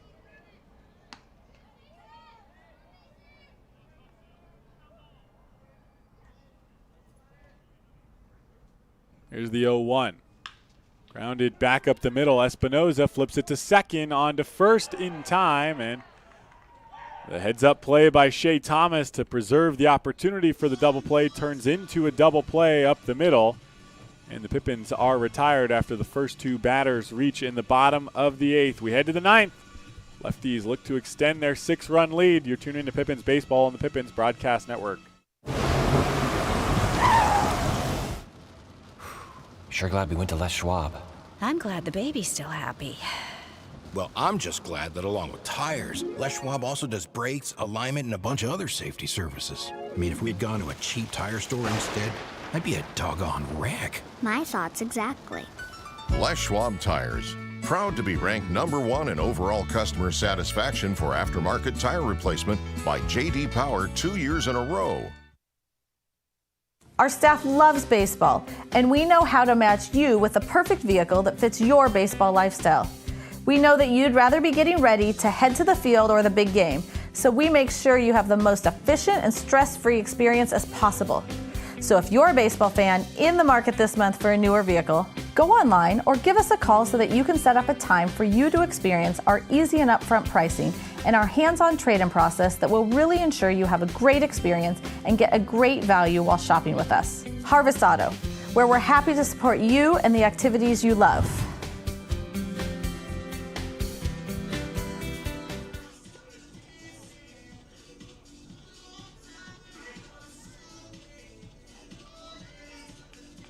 Welcome back to Yakima County Stadium. After getting warm a couple different times, Joey Camerata now makes his way out to pitch the top of the 9th inning.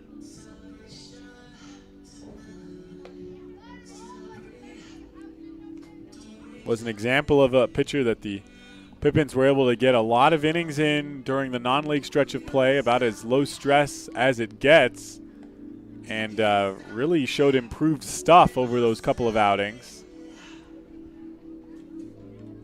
Will look to just hold off the Lefties here in the 9th, give his team an opportunity. They trail 6 runs as we head into the 9th. The Lefties up 8-2.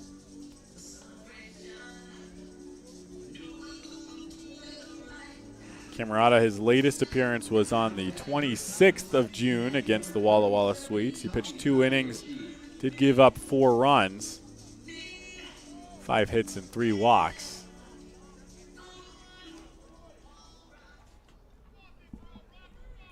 He'll face Jack Holman, Nick Oakley, and Luke Saunders, 8-9-1 here in the 9th for the Lefties.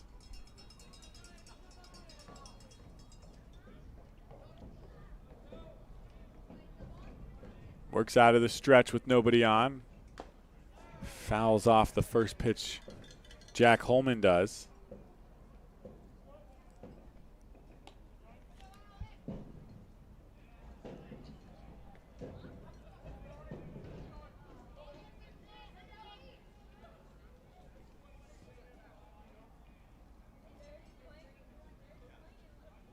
Actually, I believe there's a new batter. Trying to check on the number. 1-1 count after he takes a ball.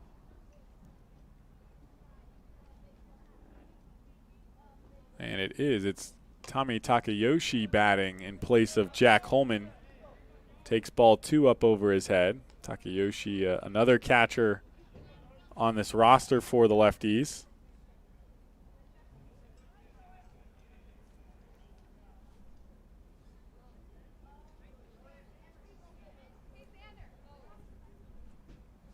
Switch hitter bats from the left side against the right-hander Camerata. Swings and misses, and 2-2 count.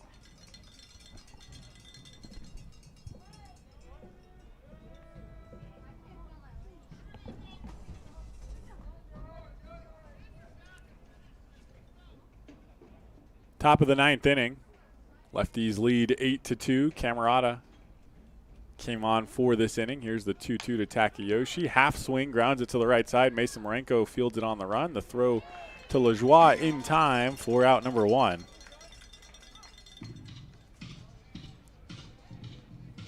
Next up to bat for the Lefties, number 12, Nick Oakley.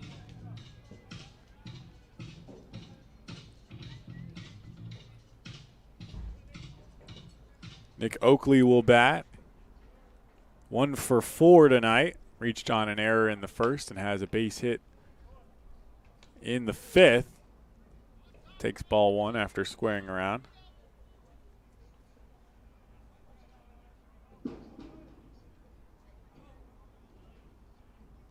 A 1-0 from Camerata. That one misses low. Important that he just throws strikes here. Get through the inning. He can give up as much contact as he like, and the Pippins coaching staff would be pleased with the outcome regardless. They just want to see him throw strikes. Here's the 2-0. That one hit back into center. It's a base hit, 1 out for Nick Oakley.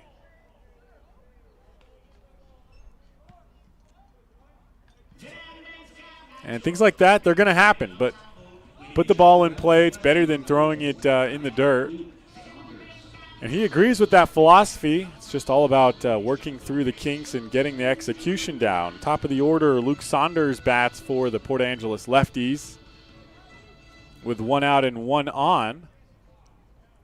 You never know what can happen even if you do give up the 1 out base hit. First pitch to Saunders squared around but taken off the plate for a ball.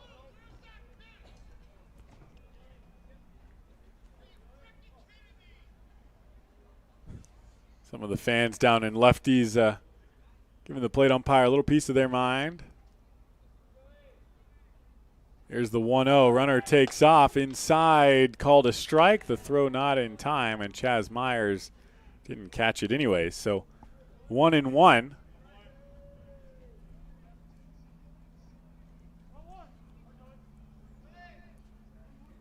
After the stolen base by Nick Oakley.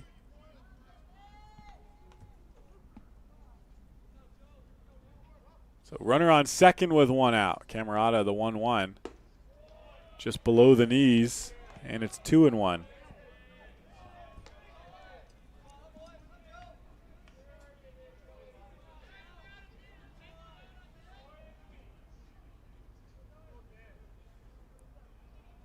Camerata looks back to second, delivers the 2-1, fouled back to the netting. And it's 2 balls and 2 strikes for Luke Saunders with 1 out, and Nick Oakley on second after he stole the bag.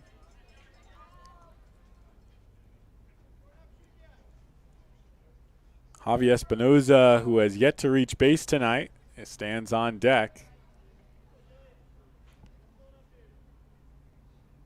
The only spot in the lineup that hasn't reached base is Espinoza's, the second spot. Here's the 2-2 to Saunders. Swing and a miss up high, and he goes down swinging for out number 2. Second strikeout for Saunders tonight. First for Camerata as he came in this inning. 2 outs, runner on second for Javi Espinoza.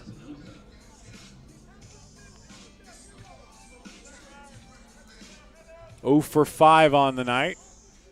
Has not benefited from an error in this game. First pitch to Espinoza, fouled off. In fact, back in the first inning, he was the first out made as Chaz Myers allowed Saunders to reach on an error at shortstop, but then Espinoza hit a ground ball to Myers that he almost let get away from him, but made the throw over to first in time to retire Espinoza. The 0-1 is fouled away, and he's behind 0-2.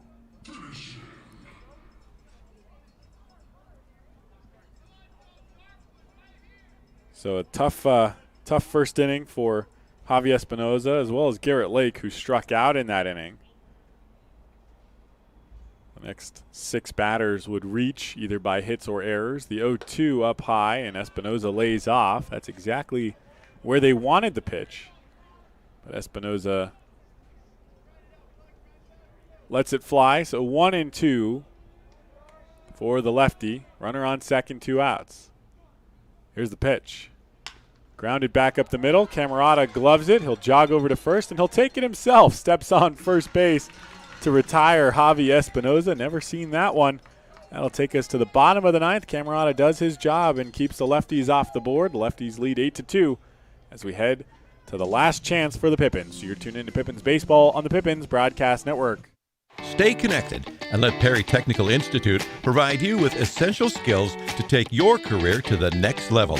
Perry Tech offers 14 specialized programs, from instrumentation and industrial automation to medical technologies, agricultural and diesel equipment technology, and professional truck driving. In as little as 5 weeks, you could be on your way to a new rewarding career. Call Perry Technical Institute today at 509-453-0374 or visit perrytech.edu. What has not traveling this last year really cost us? How about our peace of mind? It's time for a change of pace. Time to put aside the stress of the last year and get a new perspective with Fly YKM. Take back the time you lost and save time for what really matters. It's time for Fly YKM. Fly faster. Fly safer. Visit flyykm.com and connect to over 88 cities today.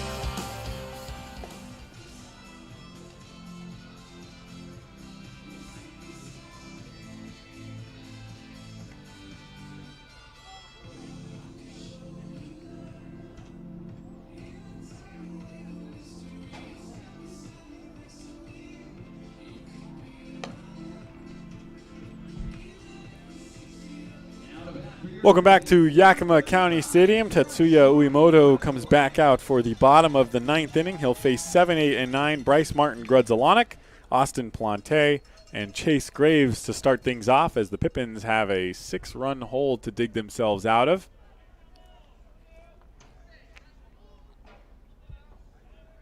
Gave up 6 runs in the top of the first thanks to 4 errors. This one popped up in the infield. Espinoza makes the catch next to the second base bag for out number 1.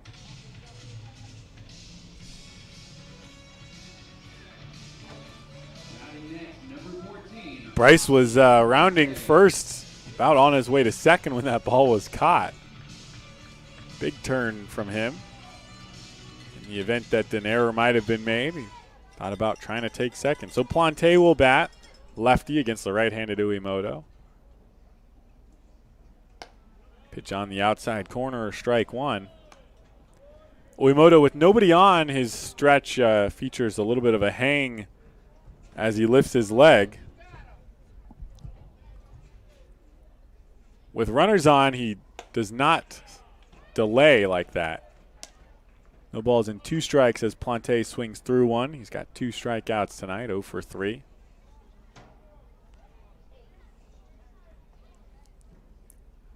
Here's the 0-2 from Uemoto. And grounded back to him.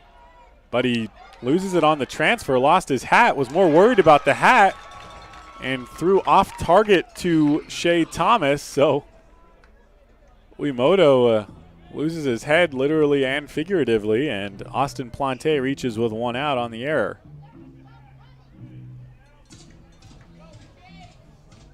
Here's Chase Graves, due for a hit tonight, 0 for 3. Looking to keep the inning going. Flip the lineup card over. Chaz Myers on deck. Plante leads off on first. While not known for his speed, Plante does have some legs out there. Graves fouls off the first pitch.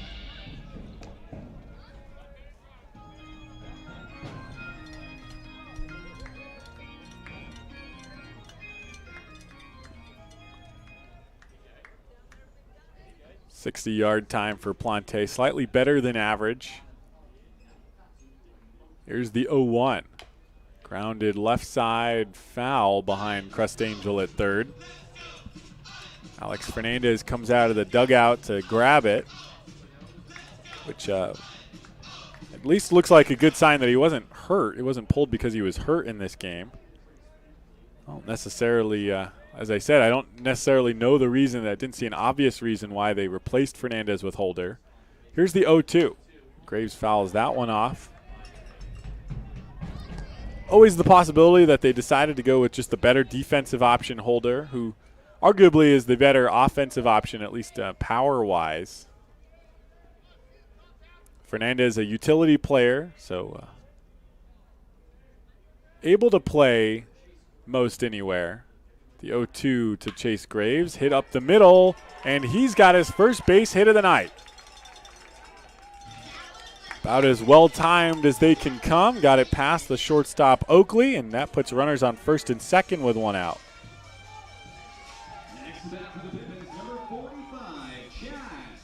For Chaz Myers.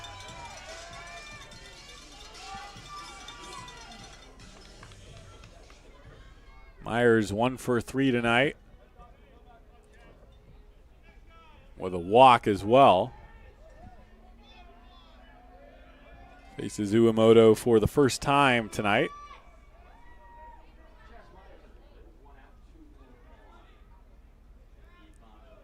Here's the first pitch. Fouled off the catcher. So 0-1 for the shortstop Myers, as the Pippins try to get some offense going here in the bottom of the ninth. Gave up 6 runs on 4 errors in the first inning. Both teams scored 1 run in the second to make it 7-1. Lefties made it 8-1 in the fifth, and the Pippins last to score with a run in the sixth thanks to the leadoff home run by Noah Williamson. Grounded left side, third baseman will tag Plante on his way to third, throw to first for the third out, and Plante did not think he was tagged on the way. Crust Angel agreed with that, but he's not going to bother arguing. He knows that the umpires have not been on his side all night, and they will not be willing to talk to him.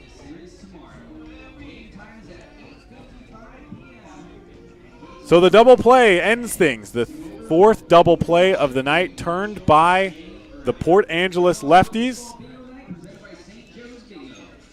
And Lefties walk away with an 8-2 victory thanks to the 4 errors back in the first inning. You take that inning out, this is a much closer game. Kuykendall, you take that inning out of his performance, and he had a relatively standard performance for him, just gave up 2 earned runs over 5 innings of work. Weston Janevs with 3 scoreless against the Lefties, and Joey Camerata comes on for the 9th. Bright spot, the home run by Noah Williamson, who scored both of the runs for the Pippins in this game. Reached on a drop third strike, moved over on a couple of wild pitches and scored in the second. And then the solo home run to lead off the 6th gives the Pippins just their only 2 runs of the game. So the Port Angeles Lefties walk away with the 8-2 victory. They will play again tomorrow night at 8:55 p.m. Gates will open at 8:10. The Pippins ask that fans do not try to show up earlier than 8:10 for the health and safety of everyone involved because of the high temperatures expected in the area. Until then, thanks for tuning in. I've been Chris Rosado Jr., and I will see you tomorrow night.